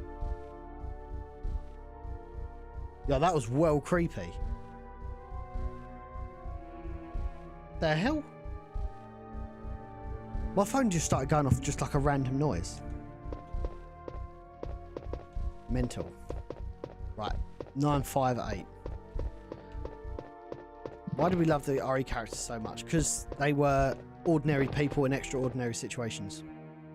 Quite simply. I don't even know. Like, it sounded like a random TikTok had played on my phone, but like I couldn't open my phone and it was just like on my like homepage and nothing was coming up. Proper paranormal activity that was. Are we sure Billy didn't end up eaten by Cerebus in the Raccoon City Forest? I mean, potentially. I'm just going to take the L on this one. Yeah, potentially. Although that would be pretty shit, wouldn't it? He'd survive that ordeal in Resident Evil 0 and just get killed by like, dogs. That would be really unfortunate, wouldn't it? Let's go, MX Damien. Great to have you in the chat. How old were you when you first played Resident Evil? I was 4 years old, 5 years old. I used to actually watch my parents play Resident Evil.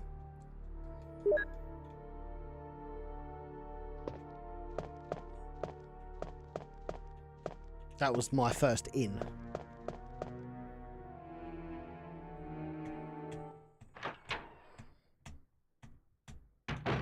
See, what this does now is it's really interesting. It means that you don't switch the water off, which means that the sharks are actual threats in this.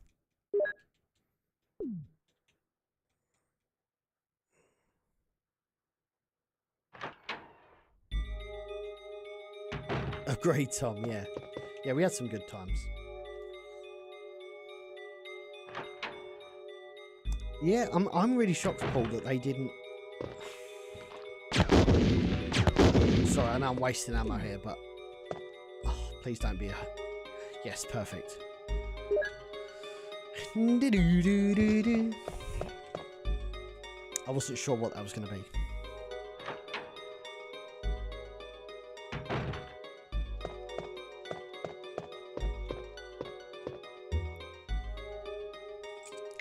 Billy definitely went to Vegas. I could see that. I'm actually going to test something. 2 seconds.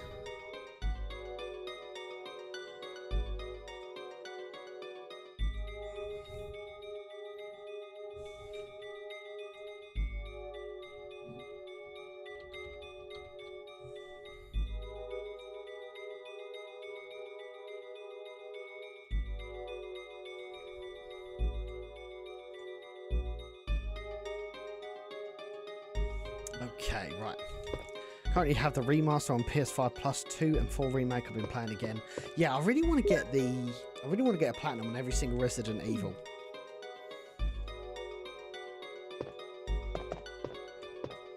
That would be amazing.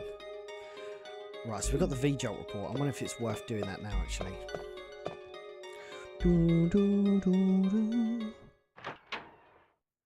Although saying that, I don't need to do V-Jolt per se. I'm just going to kill him, fuck it.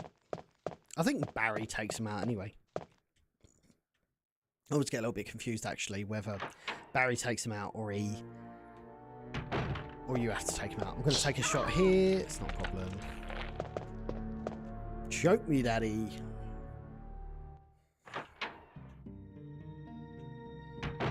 There's some big firepower downstairs, so...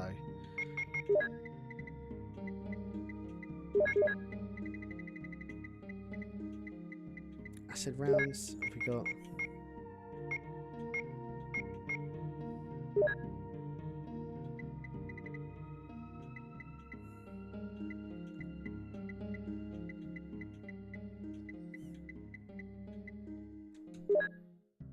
No, let's take the... Where's the shotgun?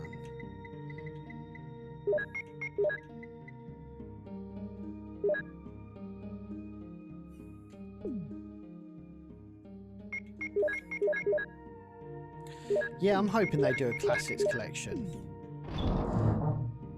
Really hoping they do a Classics collection for PS5. We need to see that, 100%. Look how well it's worked for Tomb Raider and various other IPs. In the PC version, it's called the grenade gun, by the way. It's kind of weird.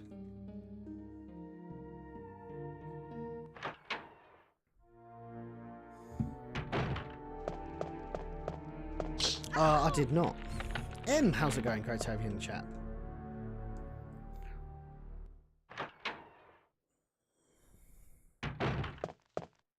You seen Resident Evil Containment? Wish that was a real game. Yeah, so that is made by my friend Aidan Watkins. I actually had Aidan on, and I did a full developer playthrough of Resident Evil Containment with him. Very special game, that is. Yeah, Metal Gear, sorry, yep. That had a classics collection. They literally just need to throw Gemini a little bit of money, help them reverse engineer Resident Evil and put it on modern platforms. I just don't get it. I really don't get it.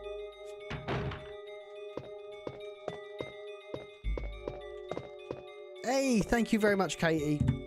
Appreciate you.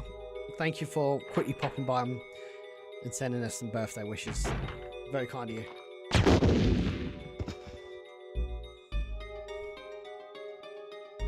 We are full to the brim, gang. I bet you Barry kills Plant 42. You don't even have to worry about it.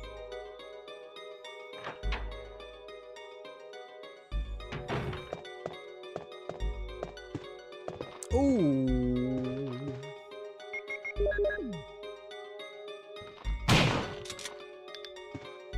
Yeah, the final part of Containment is class. Yeah, it's amazing. Spoiler alert, that's actually one of the videos I'm planning, is discussion on why it's the times now for a classics collection.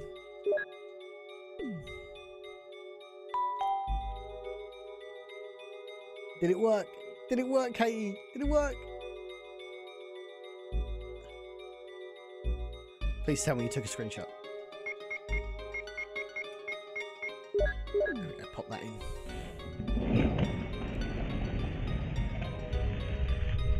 Do you think Capcom can do... Oh man, I smiled on everything.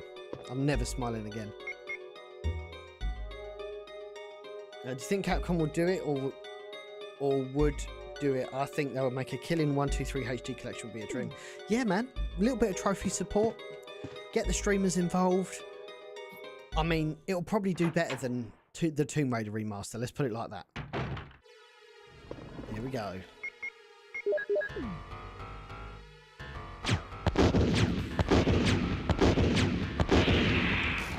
I think Barry does the second half.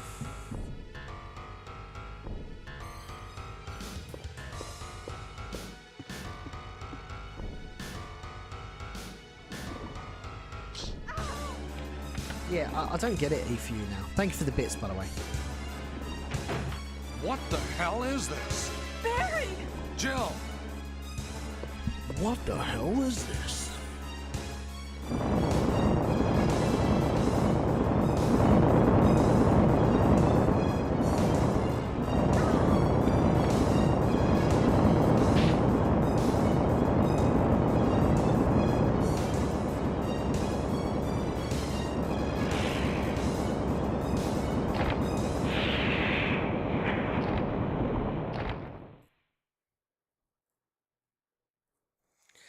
Have you played Alyssa?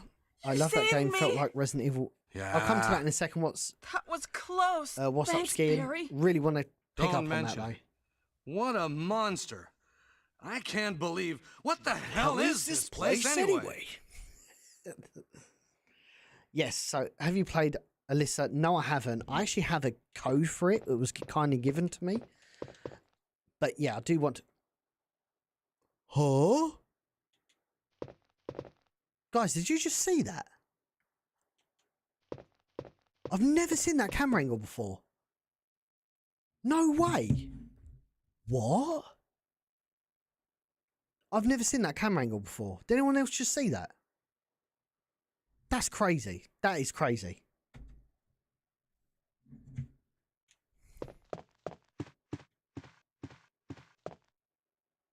Joke, thank you. Appreciate that. Thank you, Stephen. Jody, let's go, brother. Appreciate your kind words. Rigby, how are you?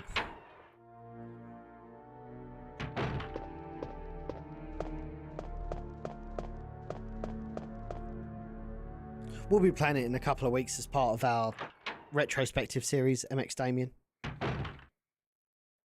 Right, we won't hear Wesker because we need to go underground. The sound of the underground.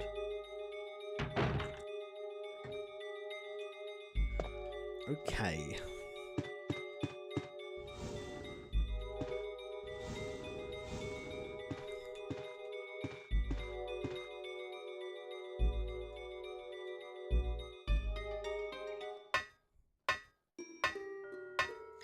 Do, do, do, do.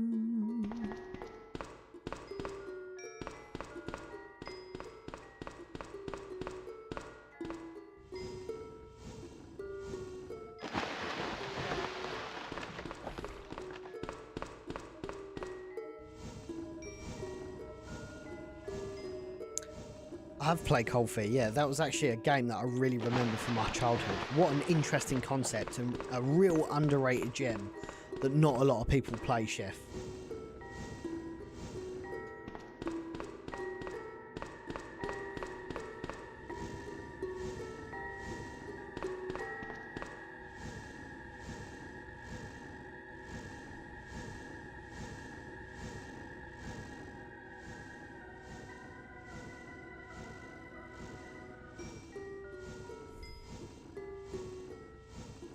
Jill's face for this outfit looks very odd. I think it's because you're not used to seeing her hair hanging down, if that makes sense.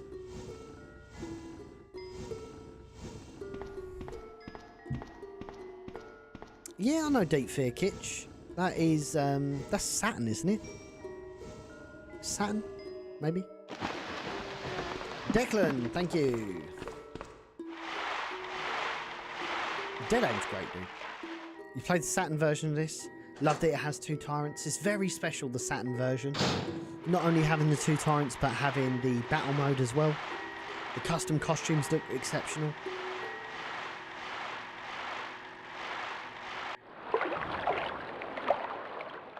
Oh, we gotta go! See, Neptune is actually kind of scary in Director's Cut because you don't necessarily follow what you did in the original Resident Evil version. Everything's a little bit different.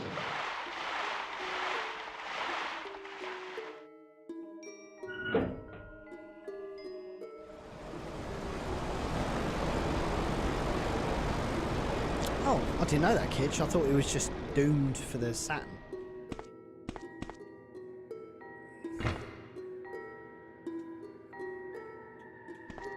Saturn was such a weird console. It was like a 2D powerhouse.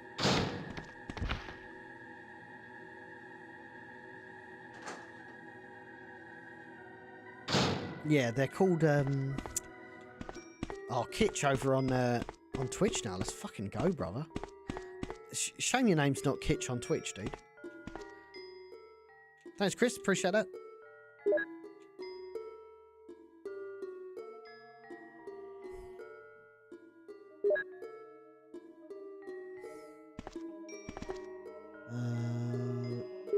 I can get rid of this.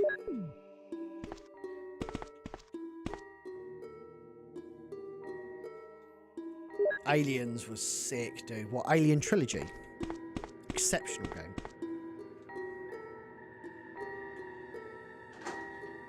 I used to wear the shotgun looked, where like when she reloaded it just used to look sick. Man, there was just so many bangers on the PSX and Saturn.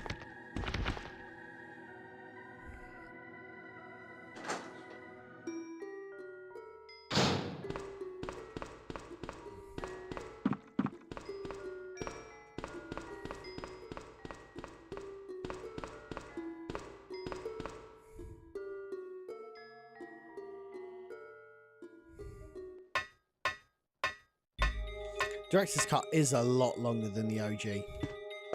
It's because the door scenes just really drag it on. Have a good one, Alan. We will see you soon, sir.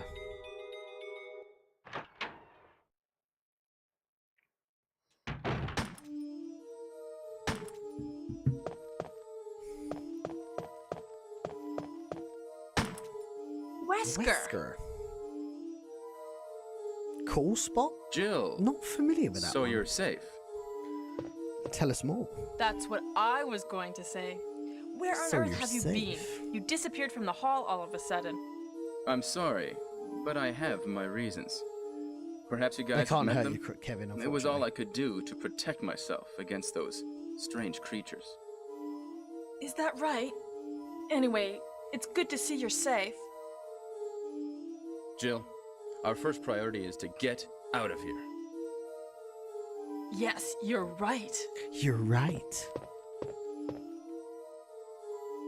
Now, there are a lot of rooms in that mansion that we can't get into because they're locked up.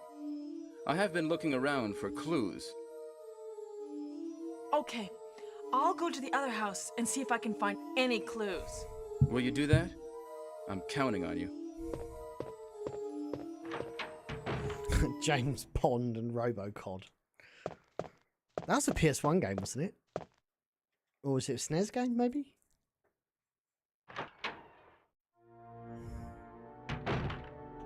Umbrella. Yeah? You're alive.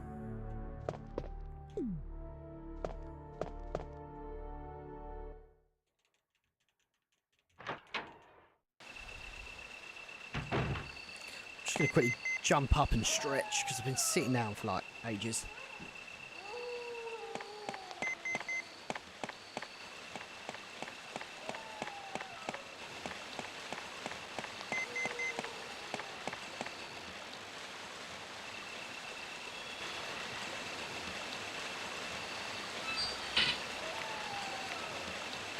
Oh, right, we're back. Got some doggerinos here.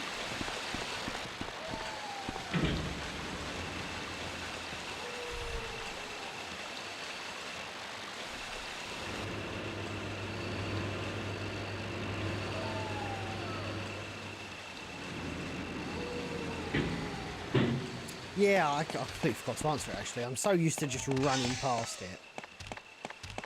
My bad. Dominic, appreciate that.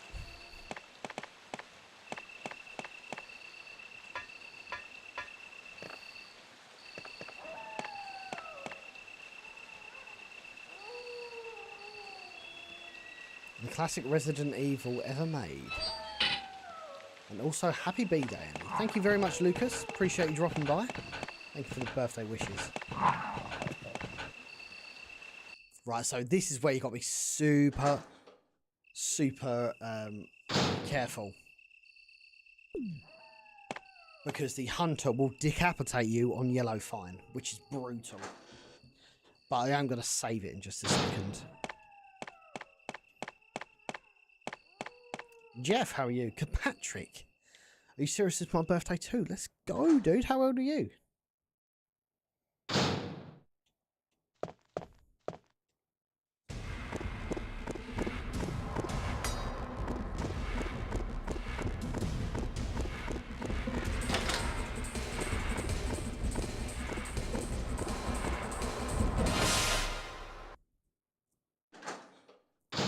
Here we go. 29 here. There we go. Gotta be careful here.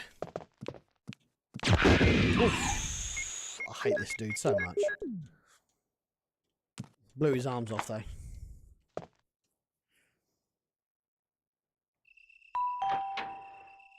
Hey, Phil. Thank you for the fist bump. Great to have you in the stream, bud. Thank you for the gift for the very first time. Got some goodies in here.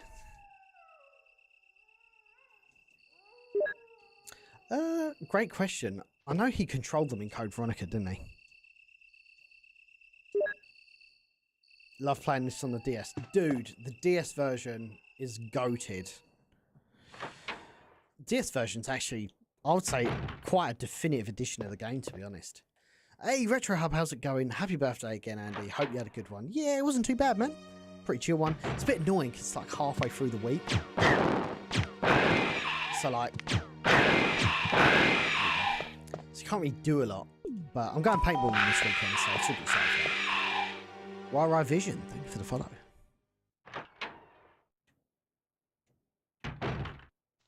Yeah, like, I appreciate it might not graphically look the the best, the DS version, but it has so many cool features which I feel give it a real substantial basis to be like a definitive port of the game. Hey, Retro Hub with the money gun. Thank you very much. That's very kind of you, sir.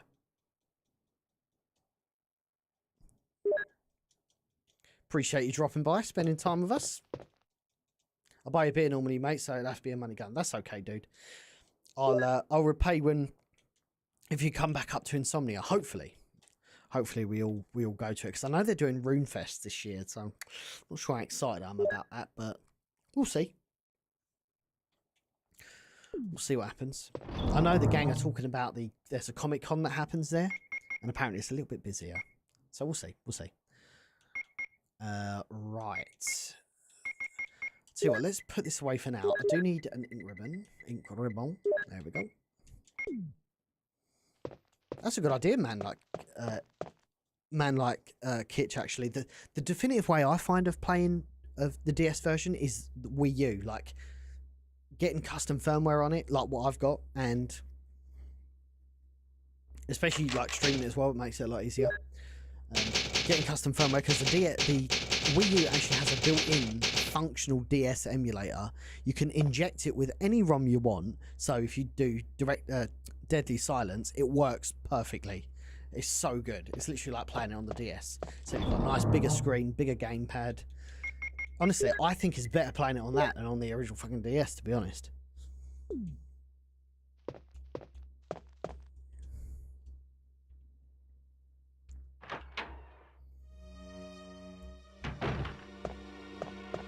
Did you ever play Zombie U? Yes, I did play it on the original Wii U. I've actually still got the same copy. I think they did end up porting it to like PS4, PC, etc. I think I've got it on PS4 as well. James, thank you. Oh, you wanker. It's going to burn my fucking herb, which I didn't want to do. That's alright. Yeah. I think it was just called Zombie on PS4, but it was like 60 FPS. But the selling pad was like you could use the gamepad in real time on the Wii U. That was what made it a real selling point. But they kind of done away with that, obviously, on the PS4. Which is a bit of a shame.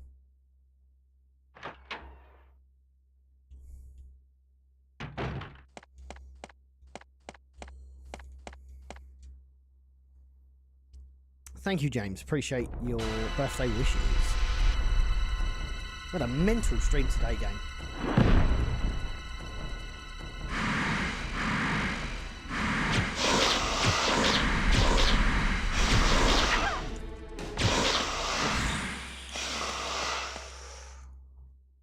Best line in the game coming up.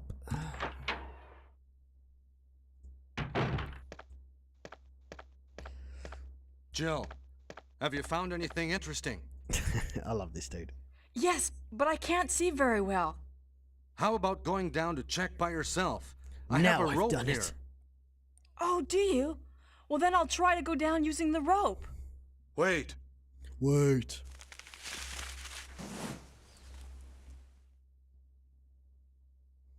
Bro's kind of goofy.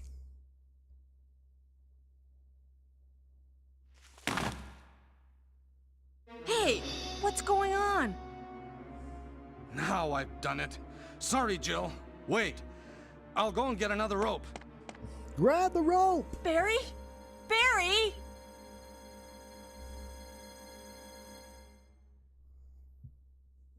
Now we wait. Actually, while we do that, I'm going to quickly run. I'm going to quickly run and grab myself a drink, because I'm absolutely parched. So give me a moment, guys. I'll be back. Unfortunately, it's in my house. I'm in the garden.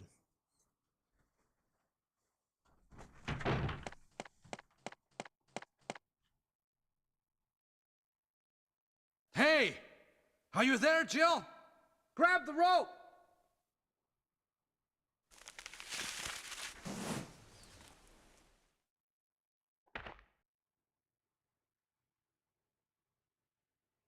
I'm sorry, Jill. I didn't know that was going to happen. Sorry. I was really careless. Are you okay, Barry? Maybe you're getting tired. No, I'm all right. Don't worry. Jill, I found something.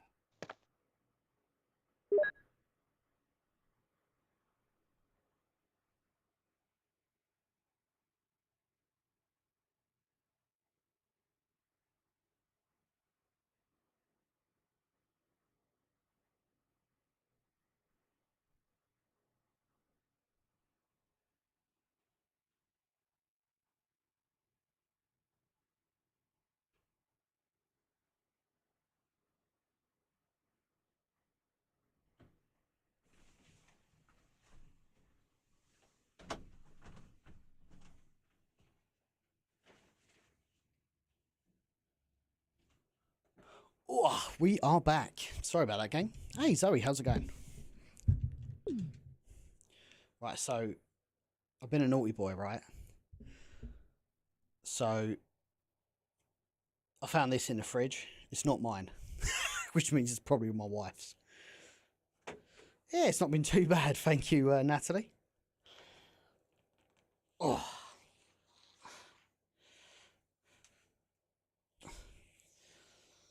Pretty chill, to be honest. I haven't really done anything because it's a midweek birthday, isn't it? So there's not really a lot you can do. Thank you. I'll take this then. This is a Rubicon Pineapple Passion.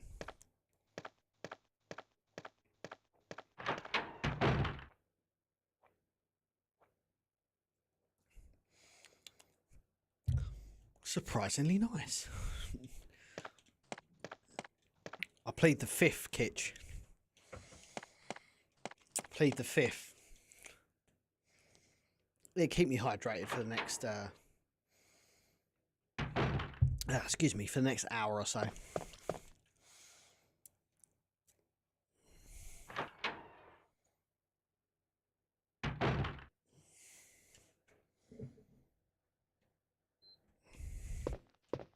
I don't even have a dog. I couldn't even use it. Right, so I really don't want to walk around without health, especially with the hunters. The hunters are so brutal on arranged mode. They can go from like 0 to 100. Plead the Fifth. It's an American. What would you call it? It's a constitutional. Basically, when you invoke the Fifth, it means you don't want to talk for fear of incriminating yourself. Basically.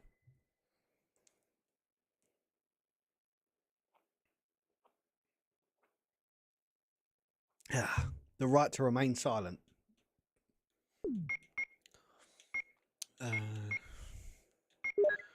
Yeah, basically no comment. Brother, that tastes like arse as well. That's what's going to make it even worse. I didn't even like the drink. It's okay, but it's like the first drink was okay. First like sip was okay, but now I'm drinking it more. It's just getting more and more like arse. It feels like it should be. It's like an alcoholic drink without the alcohol.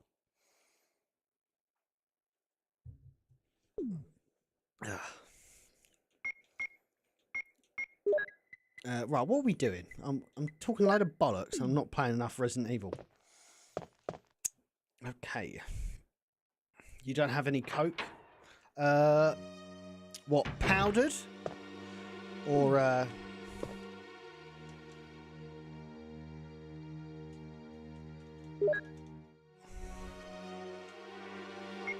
No, I don't actually. I smashed it all. I bought a 24 pack the other day. I've just absolutely gone through it. Absolutely ran through it. She's not going to be impressed. I said to her, I went to Tesco, picked them up like, I don't know, a week ago or so. And I was like, yeah, I won't smash 24 Cokes. Oh, fucking wanker.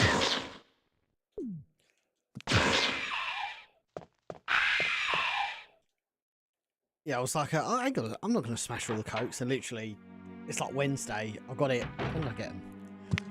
Oh, shit. Oh, we got to be careful here. He is going to...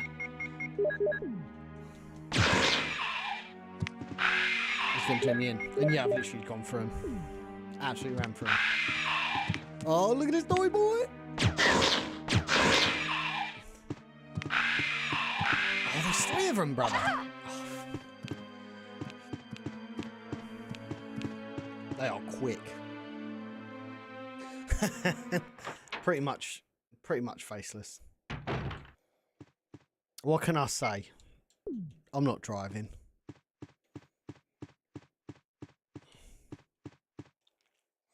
Actually, I don't think I did like this drink at all.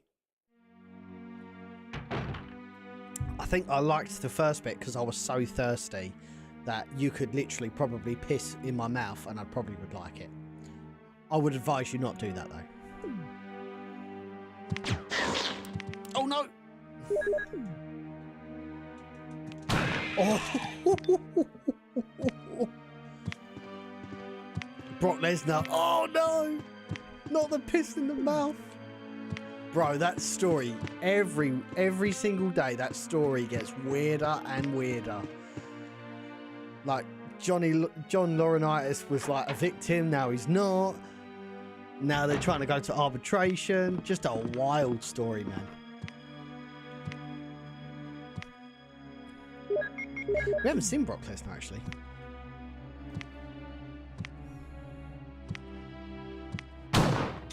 Ah, wanker.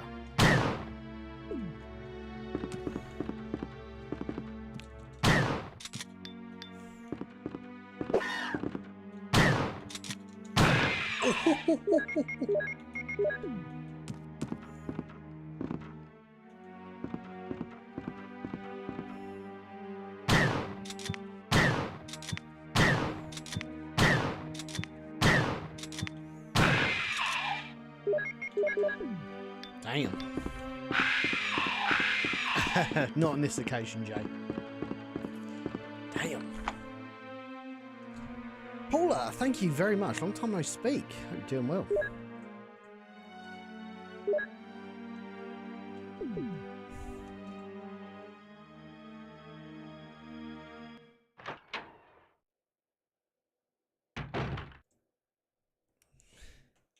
In his farm hunting animals. I like how he literally became Canadian just so he could own property. That story always pops me.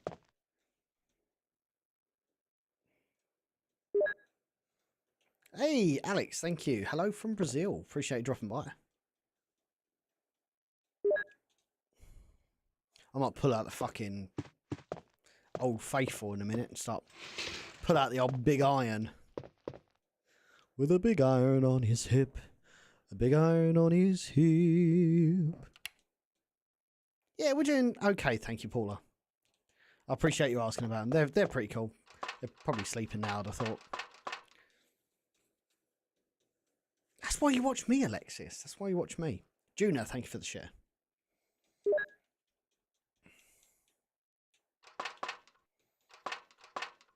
Has anyone seen... we need to talk about the Fallout series, don't we? What do we think? Do we love it? Do we hate it? Let us know.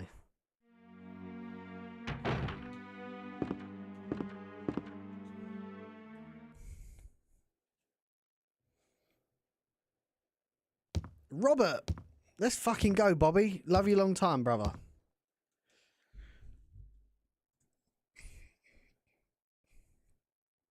Appreciate you dropping by and giving us some well wishes. Not too bad, thank you, Jennifer. Living a dream. Ben, how are you? You thought it was okie dokie? I think it's the closest thing we have got to a...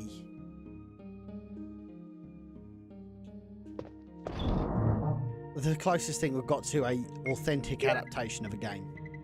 I'll pretty much just say that because it's great, man. It really is.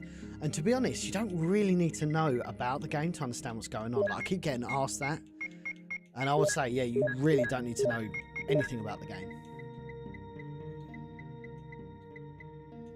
It's kind of cool.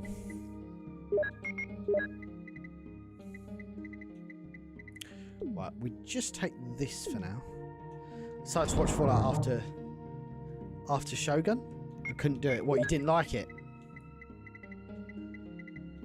Or he just didn't have the fortitude to continue on. Was Shogun so good, it was like, nothing can top it. I've not seen Shogun, by the way. I've heard good things.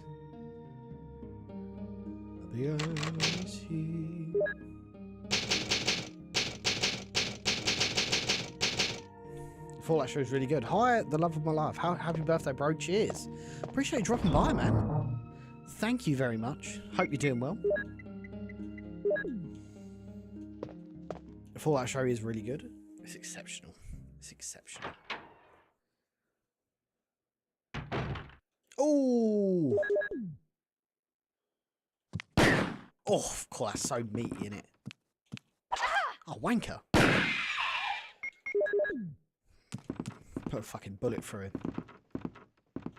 I'm gonna sneak up on this naughty boy. I love this game.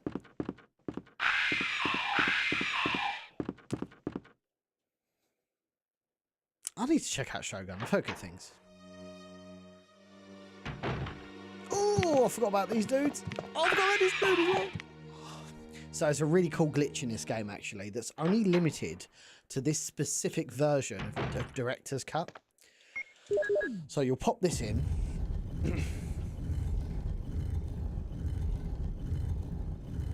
Oh, no. Did you just hit me with the Hulk Hogan? That doesn't work for me, brother.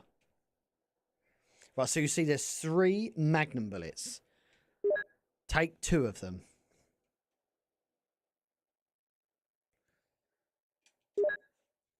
And then leave the room.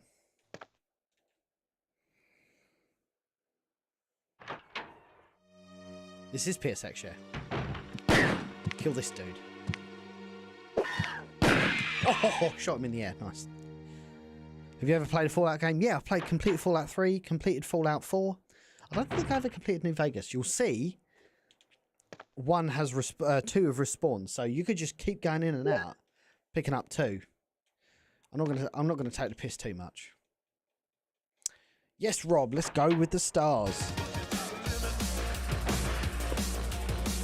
Thank you.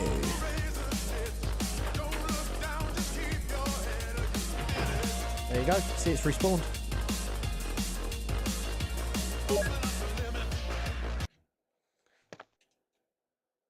You just keep coming in, going out, and this will just keep respawning more ammo. We're not going to take the piss too much. I'm 29, right vision. It should be enough to carry us through to the end of the game, to be honest. Actually, yeah, I should take the piss. I'm not driving. It's my birthday, after all. Yeah, the show didn't disappoint. Like, I was really worried when I saw that they were... Stars. Thank you for the 100 stars. Shogun is amazing. Mariko Summer. Let's go. Love that. Yeah, because... Yeah. Outside of Last of Us, there hasn't been many successful adaptations. So when I saw that they did do Fallout, I was like, I'm not sure about this. Like, Fallout's got a certain style that is very identifiable, and it's very hard to pull off authentically. But they fucking did, man. I couldn't believe it. Holy shit! And they like the way they tied it all together with the thumb and the Vault Boy, and oh man. Just Paul over on Facebook, you're going to love this faceless art. Paul on Facebook says, just been reading how much Hulk Hogan made even just every time he wore an NWA shirt at every show. Yeah, like, this is what really pisses me off about Eric Bischoff, right? Is he always comes at Tony Khan for his fucking bit. Like, I'm not saying Tony Khan's perfect, because it can be a right goober sometimes. It's really frustrating because he honestly is the only promoter right now who understands real graps. But yeah, I get really frustrated with Eric Bischoff because, like, this man literally tanked like fucking 2 companies. And he has the audacity to fucking talk about fucking Tony Khan, dude. It pisses me off. But anyway, like, I completely forgot the poor deals that he put together. Well, him and the WCW executive team, the poor deals they put together for the NWO, like Scott Hall, Kevin Nash, like, wasn't it like a scalable? Oh shit! Fuck! Wasn't it like a scalable contract that he was on, that they were on? So like, if Eric bought in somebody that was on more money,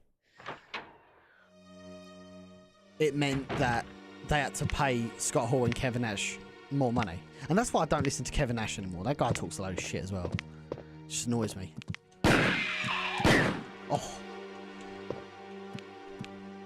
Oh. How'd you get into Res when you're 29? I loved it back on early 90s before you were born. So my parents used to play it when I was like 3, 4, 5 years old. So I used to watch them play it and it just carried on, my friend. That's why, like, when I was growing up, like, no one knew what Resident Evil was except me.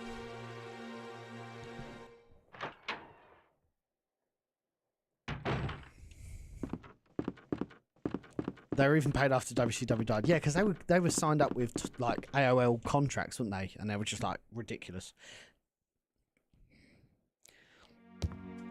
Yeah, I don't get that. Like, I can understand if he said Will Ospreay was skinny like 10 years ago or something. Do you remember like 5 years ago when he was in Evolve, or when do you know Paul Heyman was like, oh yeah, I've got a contract here for WWE or Evolve or whatever it was, you know.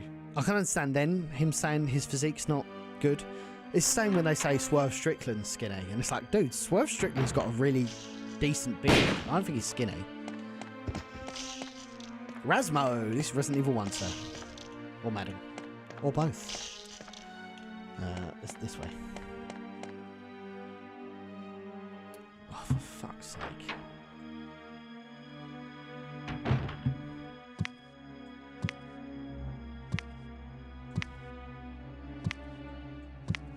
Oh shit. We're gonna get a jump. Boom.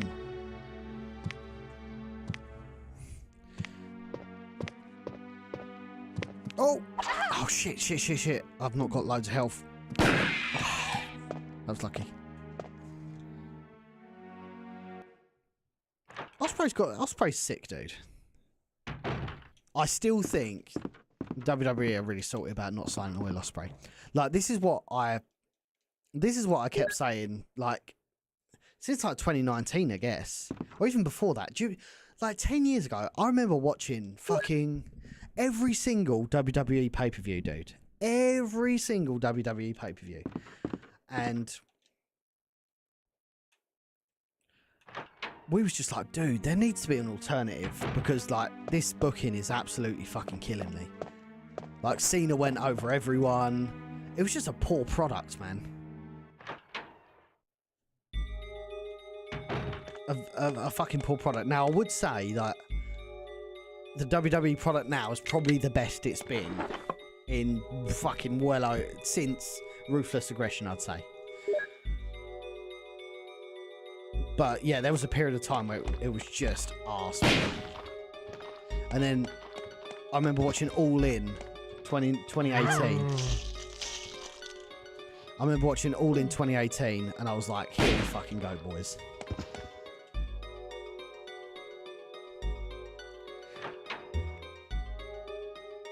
Although I must admit, obviously because Backlash was in France, it was on at a reasonable time here. I didn't have to start till 1 AM. Dude, Backlash France was sick. Absolutely sick. Yeah, Black and Gold was literally Ring of Honor. Dude, that's what I'm saying. Like, if AEW never... Imagine, like, the butterfly effect of AEW never existing. Sinclair, in 2020 or whenever, Sinclair still selling Ring of Honor to Tony Khan. Like, imagine if AEW just never existed and Tony just bought Ring of Honor and just took it to the next level. That would have been wild. Who is the GOAT of WWE? Probably Roman Reigns. We're talking wrestling, even Stevens.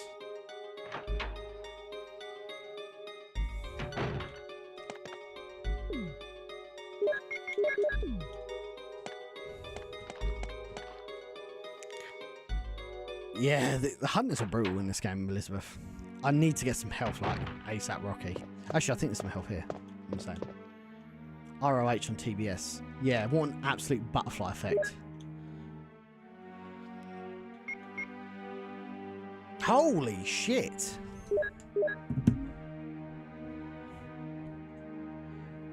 Oh my god. I'm gonna wait for this alert to come through because I actually don't know how many stars that is. I'm gonna wait for the alert to come through. We just had a big dono on Facebook. Give me a second. I will answer everyone's queries in just a second, but I'm gonna see if it's gonna come through. If it doesn't, I'm actually just can I bring it up on screen? Ah, it doesn't say your comment, Bobby. I might have to read it out. My alerts have been playing around because Facebook is arse recently. But it's cool. I'm going to read your comment out in full. Let me just pause the game while I read this out. Excuse me while I whip this out.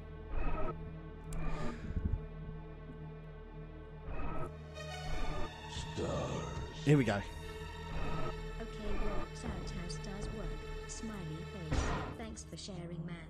I have such happy memories of playing Director's Cut with my older brothers when I was 10, 26 years ago. The dogs breaking through the window. My god. Wrecked for life. Smiley face. I know you're a sorry, I don't know why the comments cut off, but I know you're a legend, but you're a fan of the OG Final Fantasy VII, Resident Evil FF7, Ocarina of Time shaped my childhood. Playing Ocarina of Time recently with my daughters. Life complete. Happy birthday, brother. Continue what you're doing. Thank you very much, Bobby. Dropping a huge dono over on Facebook game. That's extremely kind of you. Blessed to have you in the stream. And yeah, these games, this era of gaming just cannot be replicated. Like as I said earlier, this game when it comes out, version 1, there's no opportunity of patching it. There's no post release updates or anything like that. You get one shot at doing it, and they did it right. They didn't just do it right, they did it right on multiple occasions with Resident Evil 1, fucking, as you said, Final Fantasy, Ocarina of Time. This is just an era of gaming that just blows me away, man. Blows me away. And I'm so thankful that we have a community around us that also appreciate this era of gaming. And I hope one day, in an ideal world, in a utopian world, that we can go back to this. This just one shot epicness that it used to be. That's mental. Thank you very much for that. That's very kind of you. Really appreciate you dropping by. Roger, thank you for the birthday wishes. Breath of Fire, I don't remember that one. Who needed patches back then? That's what I mean. It's just like even like 5 years ago, like I remember like, oh man, I'm gonna play like a random game of Call of Duty, and I'll turn the game on, it's like, oh, 40 gigabyte update. Okay, well I guess I'll just go fuck myself then. Like, I remember a time where you could just load a game up and just start playing it. Wouldn't that be nice? Oh boy. Dude, this is like a super strong zombie. He takes like 3 magnum bullets. Oh, 1. 2. He's mad strong. 3 magnum bullets. Who is Uncle Howdy? Mark, who do you think Uncle Howdy is? I think it's Bo Dallas, isn't it? Aren't they doing some mad storyline with fucking White 6? Are they still going ahead with that? It would be sick if they did. AJ contract's almost up. Do you think he's going to AW? Personally, everyone that's at WWE now is not leaving WWE. I think everyone stays there. Kevin Owens stays there. Sami Zayn stays there. Finn Balor stays there. Sheamus stays there because they love the ecosystem. No. Oh, we need to get back to... She might be right. Oh, no! Oh, it's going to be bad, gang. This is bad. We're on caution.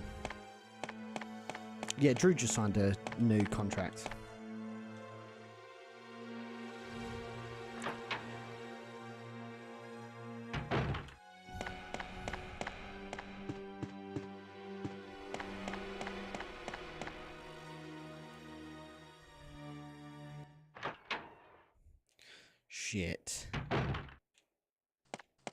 I'm sure there's some health in here. That's why I'm just quickly popping by. Please don't be any enemies in here, bruv. I'm scared.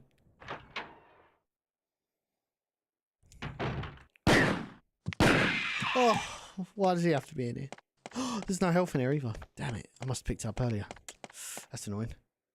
I don't think I picked up the health where Richard is, actually. We'll quickly go up there now.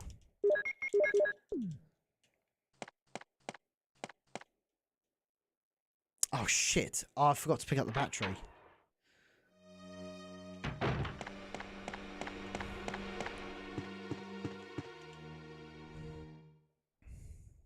It sounded like they gave Hogan what he wanted, or the key to the city at Bash on the Beach was the original idea for Sting.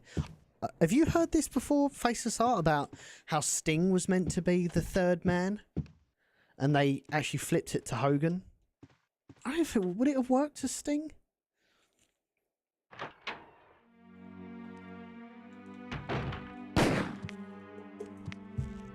Brother, that drink's so arse, but I'm so thirsty.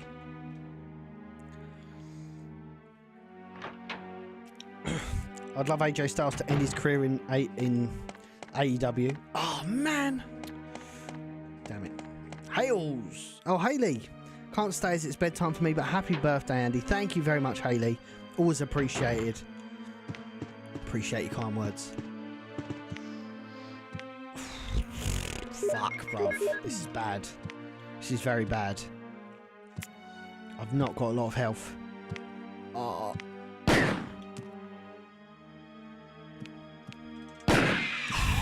Fucking hell. Literally, I'm in danger zone right now. I can get decapitated at any time.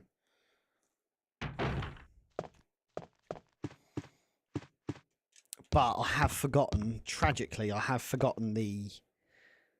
I've got so much of the game to do. Shit. I'm meant to be wrapping up now. I'll tell you what, I'll go for another half an hour. If I've got to finish then, I'll finish then. It kind of is what it is. Tony, happy 18th birthday. You see you next Tuesday. Cheers, brother. Appreciate you. There is no way, by the way, that AJ Styles is... I'm just going to say it now. There's no way that AJ Styles is not meeting the wellness program. That guy is in his mid-40s in the fucking best shape of his life. There's no way. There's no way he meets the wellness program. I just can't see it. Thank you, McBrew. We will catch up with you very soon, I'm sure. Devin, shout out to the first streamer I ever watched. Happy birthday and Resident Evil for life. Thank you very much, Devin. That's very kind of you, sir. Aaron, happy birthday, buddy. Appreciate you. Right, let's go back to the other side of the mansion.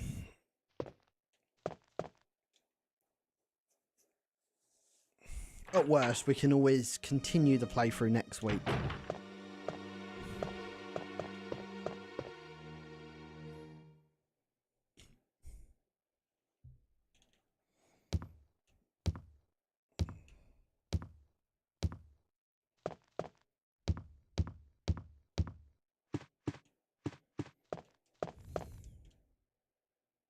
Thank you, Mark. Appreciate you.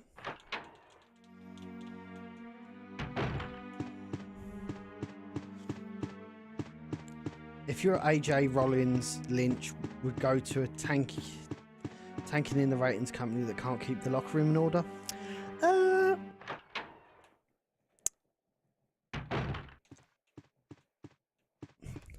I have to compose myself here, because a lot of that, in all fairness, Craig, it's just buying into the hype of the hate of AEW. Ratings, like, I watch AEW every single week. My ratings never count towards AEW. Like, I think people underestimate. Like, give it a couple of years when WWE's on Netflix. Oh, shit. When WWE's on Netflix, no one's going to be talking about ratings anymore. Like, AEW consistently performs #1 in its time slot. Like, there's just less people watching fucking TV nowadays. Like, if you're getting 800k and you're like first or second in the time slot, There's only 800 people watching cable, 800k people watching cable in prime time in that slot. So like you're literally the highest of the lowest, if you know what I mean. The only reason why WWE gets, I mean, they don't even get large ratings anymore. Like 1.6 is crazy. 1.6 million for Raw. That's fucking mental, dude. Like, but you gotta appreciate that a lot of kids watch Raw, and a lot of older people watch Raw. Like AEW is kind of designed for the. I hate the. I'm not using the term smarter fan, but it's obviously designed for people that have an understanding of the insider talk of wrestling, if that makes sense. Hey, Knick-Knack, how's it going? Yeah, yikes, I remember playing Resident Evil when it first came out. The first time he grabs your foot, and I was scared the shit out of me and my friends. Yeah, man, it's it really is what a generational game, this. And by the way, Craig, the only reason why we know about Brawl Out and Brawl In and all of that is because there was kind of an unwritten rule in the WWE. Like, do you remember we used to hear stories about, like, Jericho beating up Goldberg? Like, why isn't that treated? Why isn't that treated like how Jack Perry and CM Punk are? Do you get what I mean? Like, a couple of guys just had some beef in a locker room. Like, that's it. I don't think their locker room's out of control. They just the only thing is they can be a bit loose-lipped, and it's like, man, why are you buying into this, bruv? Just be quiet. As in, like, you know, when everyone starts talking to the dirt sheets and, like, talking to media and writing on Twitter, it's like, man, just let it die down. Let it die down and move on with your life. But everyone loves the... everyone's a mark for themselves, right?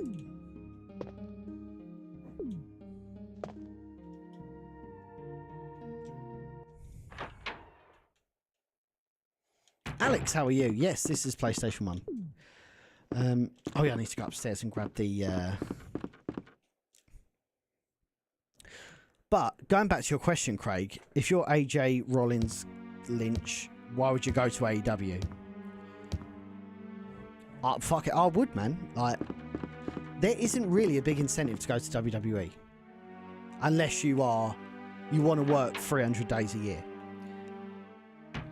Like, with AEW, like, contractually, you can still work the indies. You can still... I mean, it was only like a couple of years ago that you weren't allowed to even stream on Twitch when you worked for WWE. So you literally had to give it your absolute everything. And obviously, because it is a full-on contact business, your time in wrestling is already so limited. Like, why don't you give yourself the opportunity to slow down? Like, is it a good idea to be doing like 300 days a year, like constant? You're just going to burn yourself out. So yeah, especially AJ, you know, everyone you said there are like time-served indie wrestlers, like, that have got niggling issues, niggling injuries. Like, the AEW schedule just fits better for those wrestlers. I'm sure Faceless will back me up. Right, so we've got the battery now. Final goal, how are you? Great to have you in the chat.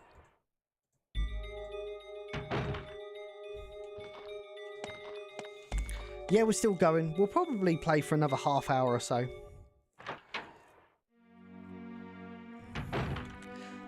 I suppose the big benefit of WWE is that you can effectively go there with nothing. You can be just a very good sportsman. You can be a very good gymnast or someone like that. I don't know why I've gone down here. I should have gone the other way. You could be a good sportsman, gymnast, college football, etc. Make the transition into NXT, and they will kind of guide you on how to be a professional wrestler or a sports entertainer, excuse me.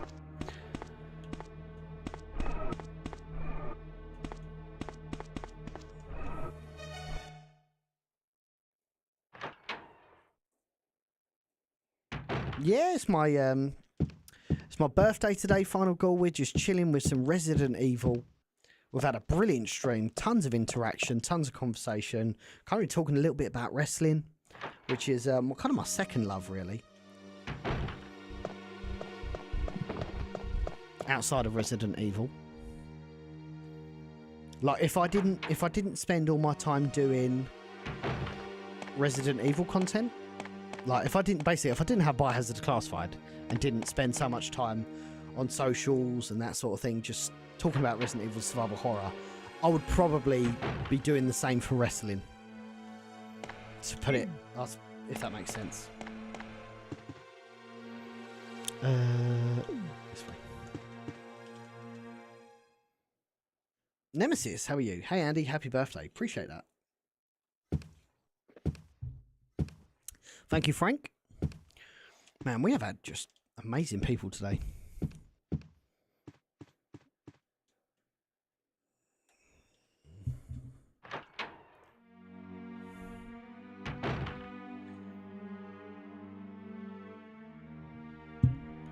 That's right, Django.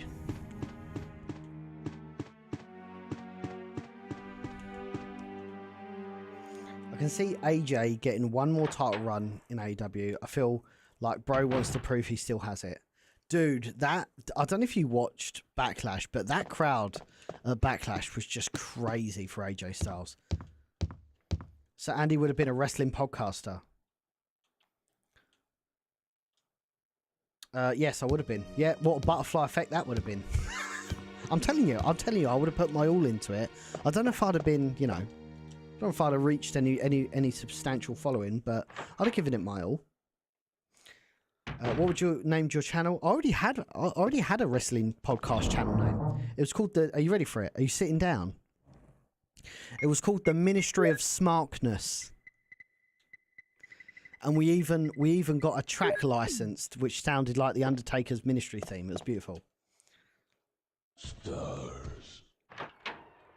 WrestleMania 2007. The power, the strength. Who can stop the great Khali? I'd think twice about coming into the ring next. Undertaker gone. Maybe there is someone. Man, OG wrestling same as OG games. The best of time. Let's go. Robert with another 1,000 stars. Thank you very much, Robert. But you are right. I remember seeing that visual of the great Khali in 2007 and being like, man, this dude is a fucking giant. Absolute giant. It was kind of like, because he was like, he literally, I mean, Undertaker's like, I know he bills himself at like 6'10" or 6'11", but in reality he's probably like 6'7" or 8. He was like, the great Khali just absolutely dwarfed him. I mean, he couldn't wrestle to save his life, but just the visual of the great Khali was just unforgettable. Oh, that was lucky. The Ministry of Real Graps. Agreed. AJ was supposed to go over to Dynamite in the first episode, but WWE offered him more money. No way! Who said that? Also, I see Goldberg talking a lot of shit about AEW as well. Since he got tragically turned down. Like, Goldberg is not wrestling in 2024, dude. I remember WrestleMania 20 with Brock Lesnar and Goldberg. The special guest. Dude, they absolutely destroyed Goldberg, man. Absolutely destroyed Goldberg. I just realised I left that comment on my screen. Oops. They absolutely destroyed Goldberg. And Brock Lesnar, that crowd. It was kind of funny. Felt bad for him. I didn't really. I think Brock Lesnar was leaving to be a football player at that point.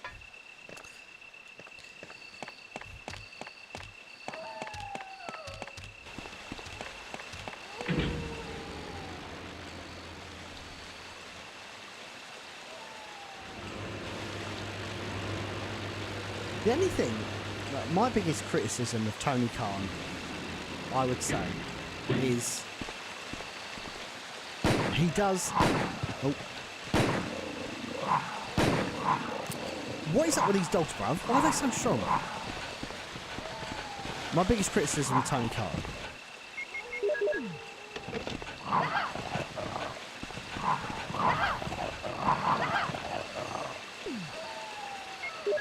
shit. Oh.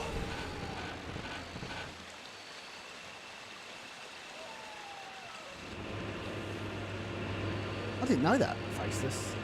I really didn't know that. That's amazing. I need to go research that. That's a really interesting story.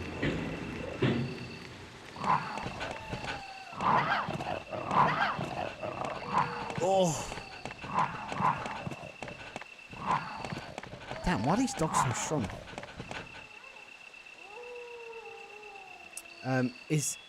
Tony Khan tends to like bring in new talent, use them for like 2 months, and then just forget all about them, which can get quite frustrating.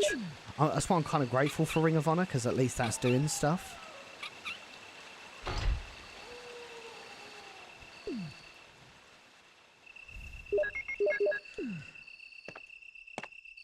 But like, I still don't fully comprehend why he bought Ring of Honor, outside of just obtaining the tape library. I don't really watch Ring of Honor week to week.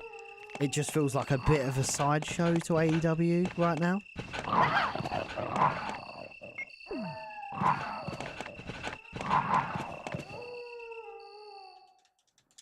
For all his flaws, Craig, I would rather have another billionaire in wrestling offering wrestlers obscene money for doing nothing, rather than the opposite, which is, do you remember what it was like 10, 15 years ago?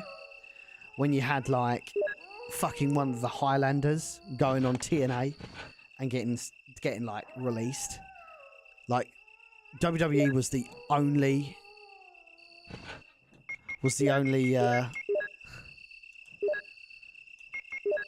what's it called? There was the only like wrestling company in town. So I would rather have another billionaire in wrestling offering people serious money, even if it means they don't get utilised, because at least there's another option for people. More wrestling is good. More wrestling options is good. Too much wrestling talk. I mean, it's the current conversation. Even Stevens, I know you was talking about other stuff earlier that you didn't want us to talk about. Like it's just the flow of the conversation at the moment, mate. I don't know what to tell you.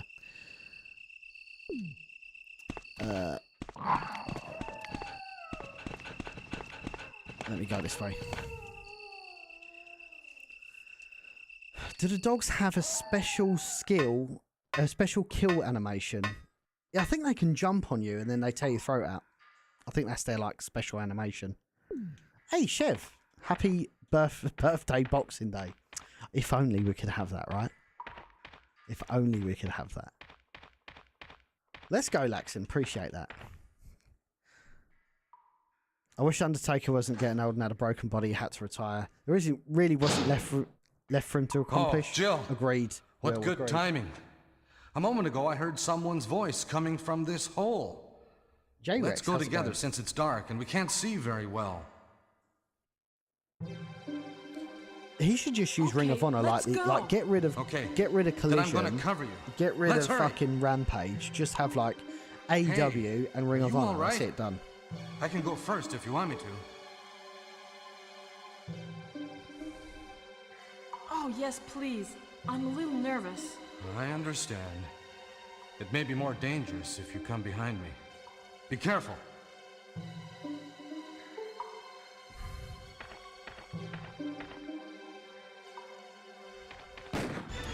Perry?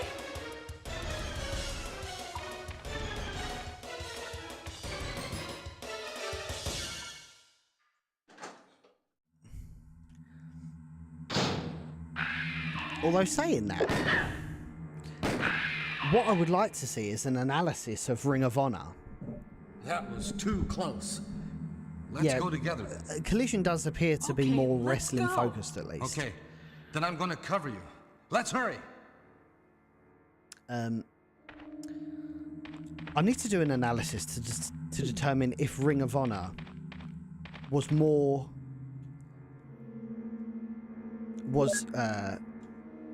before it got shut down, if it drew better than it does now.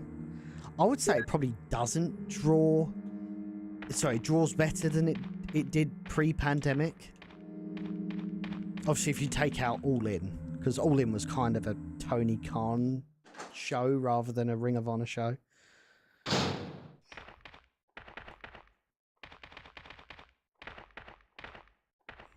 Is that Jill? Is that voice Enrico's? What, it draws better now, you think? You're alive! Wait there! Because I'd like to think you Honor with Club anybody, probably does Jill? better now than it did pre-pandemic, right? What? Oh, yes.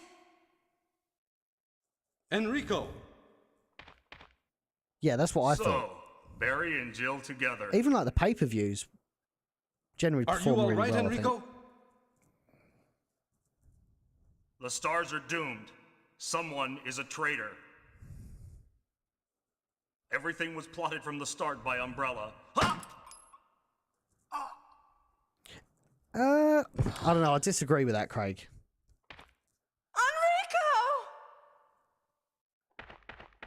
Enrico! You've got an inexperienced billionaire who's been a wrestling fan his entire life. Just even if he pissed all of his money away, right?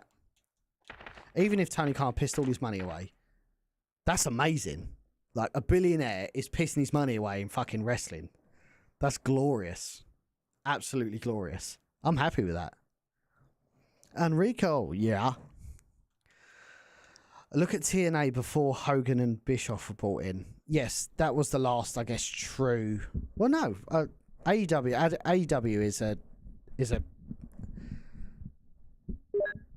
I mean, it did have fucking 80,000 at Wembley like last year. That was that, or whatever the figure is, 70,000, whatever.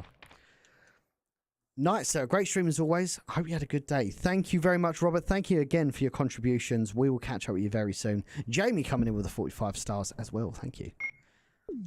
Yeah, TNA were like, if you listen to Jeff Jarrett's interviews, TNA were in a worse shape than AEW. It is his money. He's got like 3 or 4 different companies. I think you might be buying into the WWE propaganda there. Like, Tony Khan owns like an analytics company, and Fulham FC. Obviously, I know he part owns the Jacksonville Jaguars with his dad.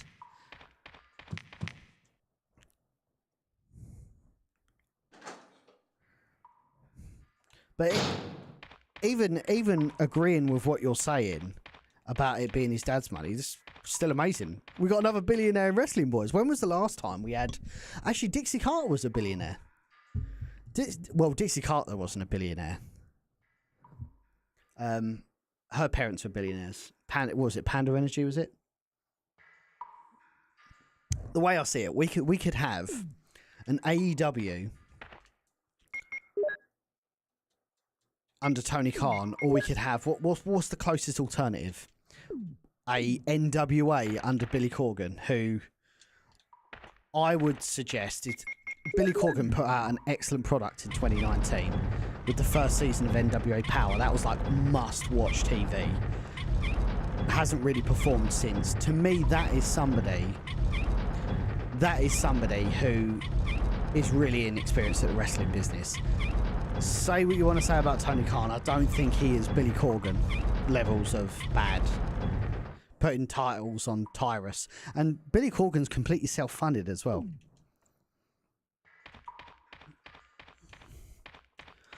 I understand. I'm not going to say that Tony Khan's not criticism. Is not like shielded from criticism. I just think some of the criticisms that he does have is just like unwarranted. Like, WWE was Vince McMahon's dad's company. Vince McMahon had to scrape together like $1 million of not his own money to buy WWE off his dad. So is that worse than Tony going 50-50 in? I don't know. I just don't see that as valid criticism. I'll criticise Tony's booking. Tony's booking can be fucking all over the place. They can be really frustrating at times. But it's another place for people to work.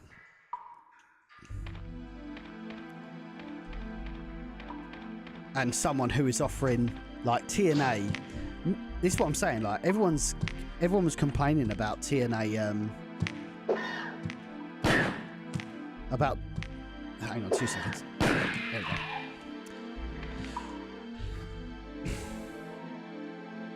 It's not only WWE propaganda. TNA also did a lot better than it's given credit. I don't think so. What would you say they did? I'm not going to pick these up. What did you say they did better than AEW? Because it's a really interesting conversation. Yeah, I don't fully understand why people think it's like everyone talks about TNA like it's 2001 WCW.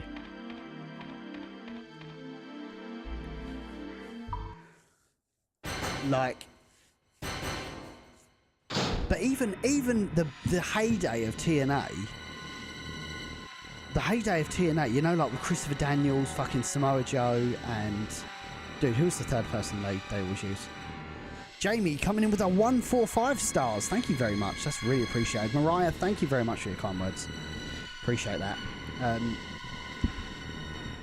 Dude, who is it? Samoa Joe. What was that 3-way fucking 5-star match they did? It was like Samoa Joe, AJ Styles, Christopher Daniels. That era of TNA, they were hemorrhaging money, brother. Like, they had to get fucking like bailed out by Dixie Carter. They were buying time slots on fucking Fox Sports. AEW's not buying time slots.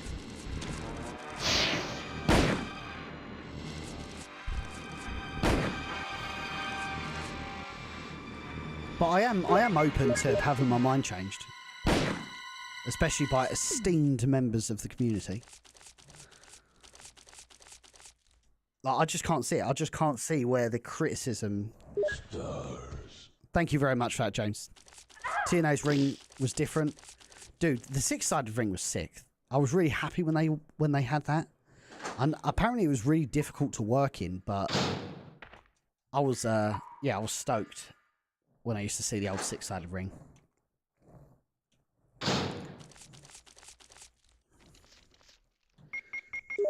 They brought it back, but that's what I was going to say. Everyone talks about they had storylines that make sense and coherent. Can you tell me a storyline that made sense and was coherent at TNA? Just off the top of your head. AJ doesn't become big if TNA doesn't do bits. I suppose yeah. I'm in agreement with that.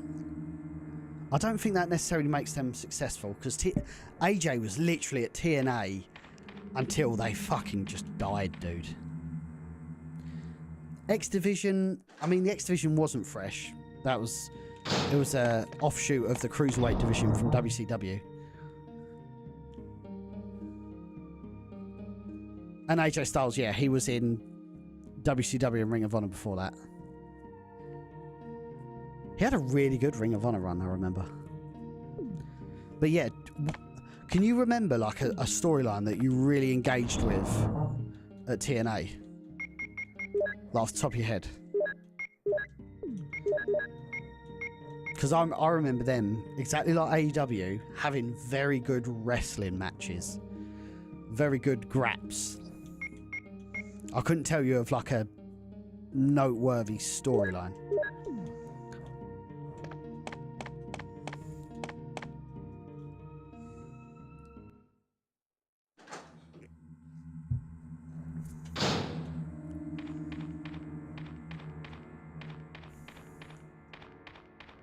The Ultimate X match was really cool, actually. I really like the Ultimate X match. FIFO, thank you for the follow. Thank you for the kind word, sorry.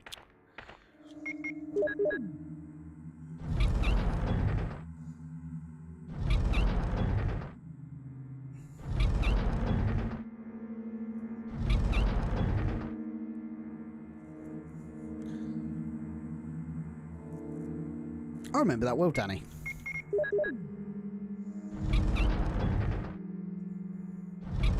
Yeah, I think we can all agree if AJ doesn't do that TNA run, he doesn't absolutely just become iconic in New Japan. And he doesn't go on that just monstrous run before he goes to WWE.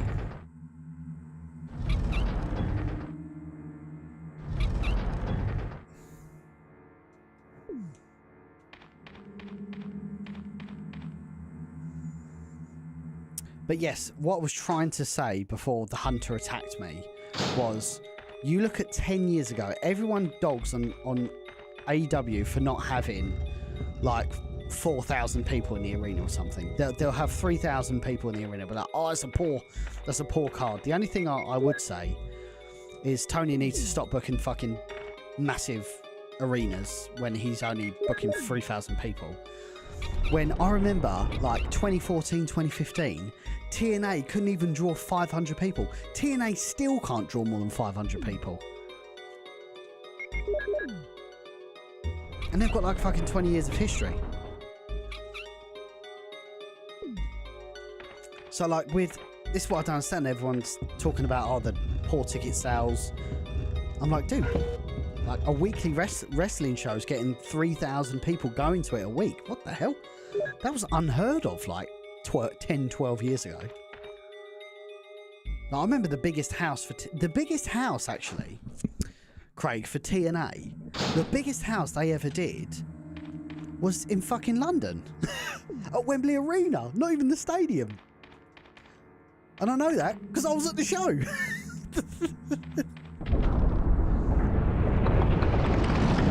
Thank you, James. Appreciate it. Athena with the big boy raid. Let's fucking go. Thank you very much. Appreciate that. Happy birthday indeed. Thank you for the kind. Thank you for the kind words. Welcome in. We are just working our way through Resident Evil as part of our retrospective series. Every single Wednesday, we play Resident Evil. Have a good one, Kitch. Appreciate you dropping by. Kitch on Twitch. Let's go. I think it was a little bit higher than that, Faceless. I think it was 11k at Wembley Stadium, Wembley Arena. It was the one where Hogan. It was like 2012, I want to say. It was a good looking house.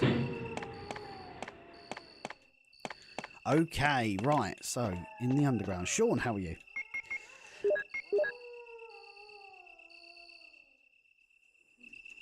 Oh, sorry, inside of the US. That makes sense. I mean, what's AEW's biggest house in the US? Is it? It's probably the Arthur Ashe Stadium one, isn't it? The first one with Omega and Danielson. Yeah, the Octagon Ring was pretty sick. I like it how there's so many people that love Resident Evil that are also huge wrestling fans. It's great to see.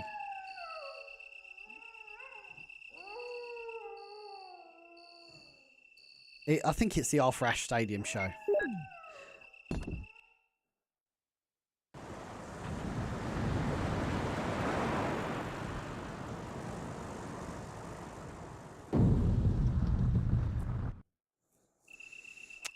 Yeah, I'll probably save it in a second, actually, Donna.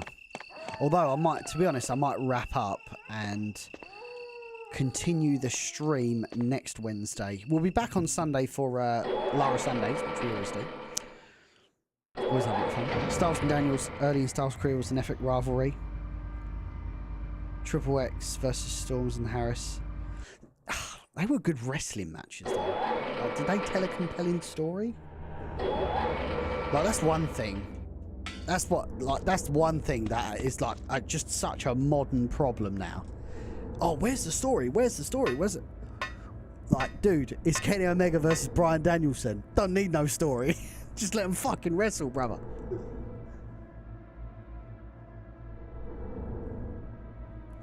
Jeff Jarrett should have never sold TNA. Well, there was a really good story he told, actually, where he was attempting to buy TNA back from Dixie Carter, and he went in with Toby Keith, which I thought was really cool. And they actually ended up saying no, because they wanted Dixie to be part of it. Like, leading to what Craig says about like Dixie constantly inserting herself into stuff. I thought that was kind of cool. Mark dropping nearly 2,000 fucking bits. Oh boy. Thank you very much, Mark. That's really appreciated, sir.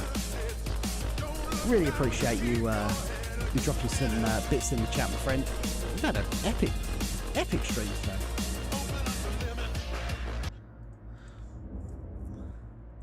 But alas, we're going to save, and we are actually, where the fuck is the typewriter? I can't save. There's no typewriter. Might just have to say. Oh no. Where? I thought the typewriter was in here, but I guess it isn't. I thought there was a typewriter in the corner over here somewhere, but I guess not. I can't think of where the next typewriter is going to be. I guess we ain't saving, boys.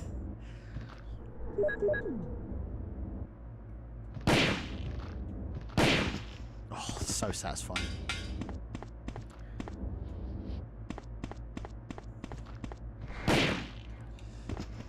Oh, sent him to the Shadow Realm. That is not what I wanted. Yeah, I'm just gonna save state at the easy way. Save state. Okay, let me get back into. I'm just gonna get myself back into that save room, and we will start to wrap up and start closing the platforms down. Okay, right, so, man, we had a fucking mental stream today. Just tons of donos, tons of interactions. Honestly, I'm blessed to have everybody in the chat today. So I am going to wrap up Facebook Gaming. Thank you to everybody on Facebook checking out the stream and all your kind words. We will be live back on Sunday with Lara Sundays. Super looking forward to that. I'm probably going to have a video on the YouTube channel at some point in the next couple of days. So, yeah, make sure you're following us over on YouTube, youtube.com/Biohazard Declassified. And yeah, we will see you all soon on the Tube of You. We will bid good morrow to our good friends over on TikTok. Tiki Toki, again, fantastic, fucking 20 new followers, tons of gifters, tons of interactions. Really means a lot you're checking the stream out.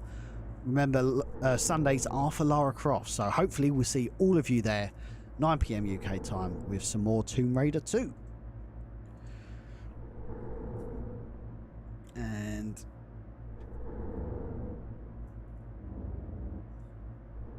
let's go to Twitch. To me, if it's a bunch of wrestling matches, it's equivalent of no PL. Oh, I see what you mean. I get titles online in wrestling, but you need to have a point. I can see that. I can see that. I would love to actually full on debate you about WWE versus AEW. Craig, I think you bring up some really good points. But I think we're both open to having our minds changed for sure. But yes, I am going to see who else is. I don't know who's live right now. Let's go and have a gander. Is anybody at Team? Dude, I swear no one is ever live on Team RPD.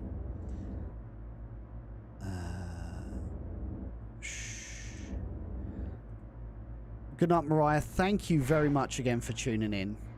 I'm going to wrap up YouTube. Thank you.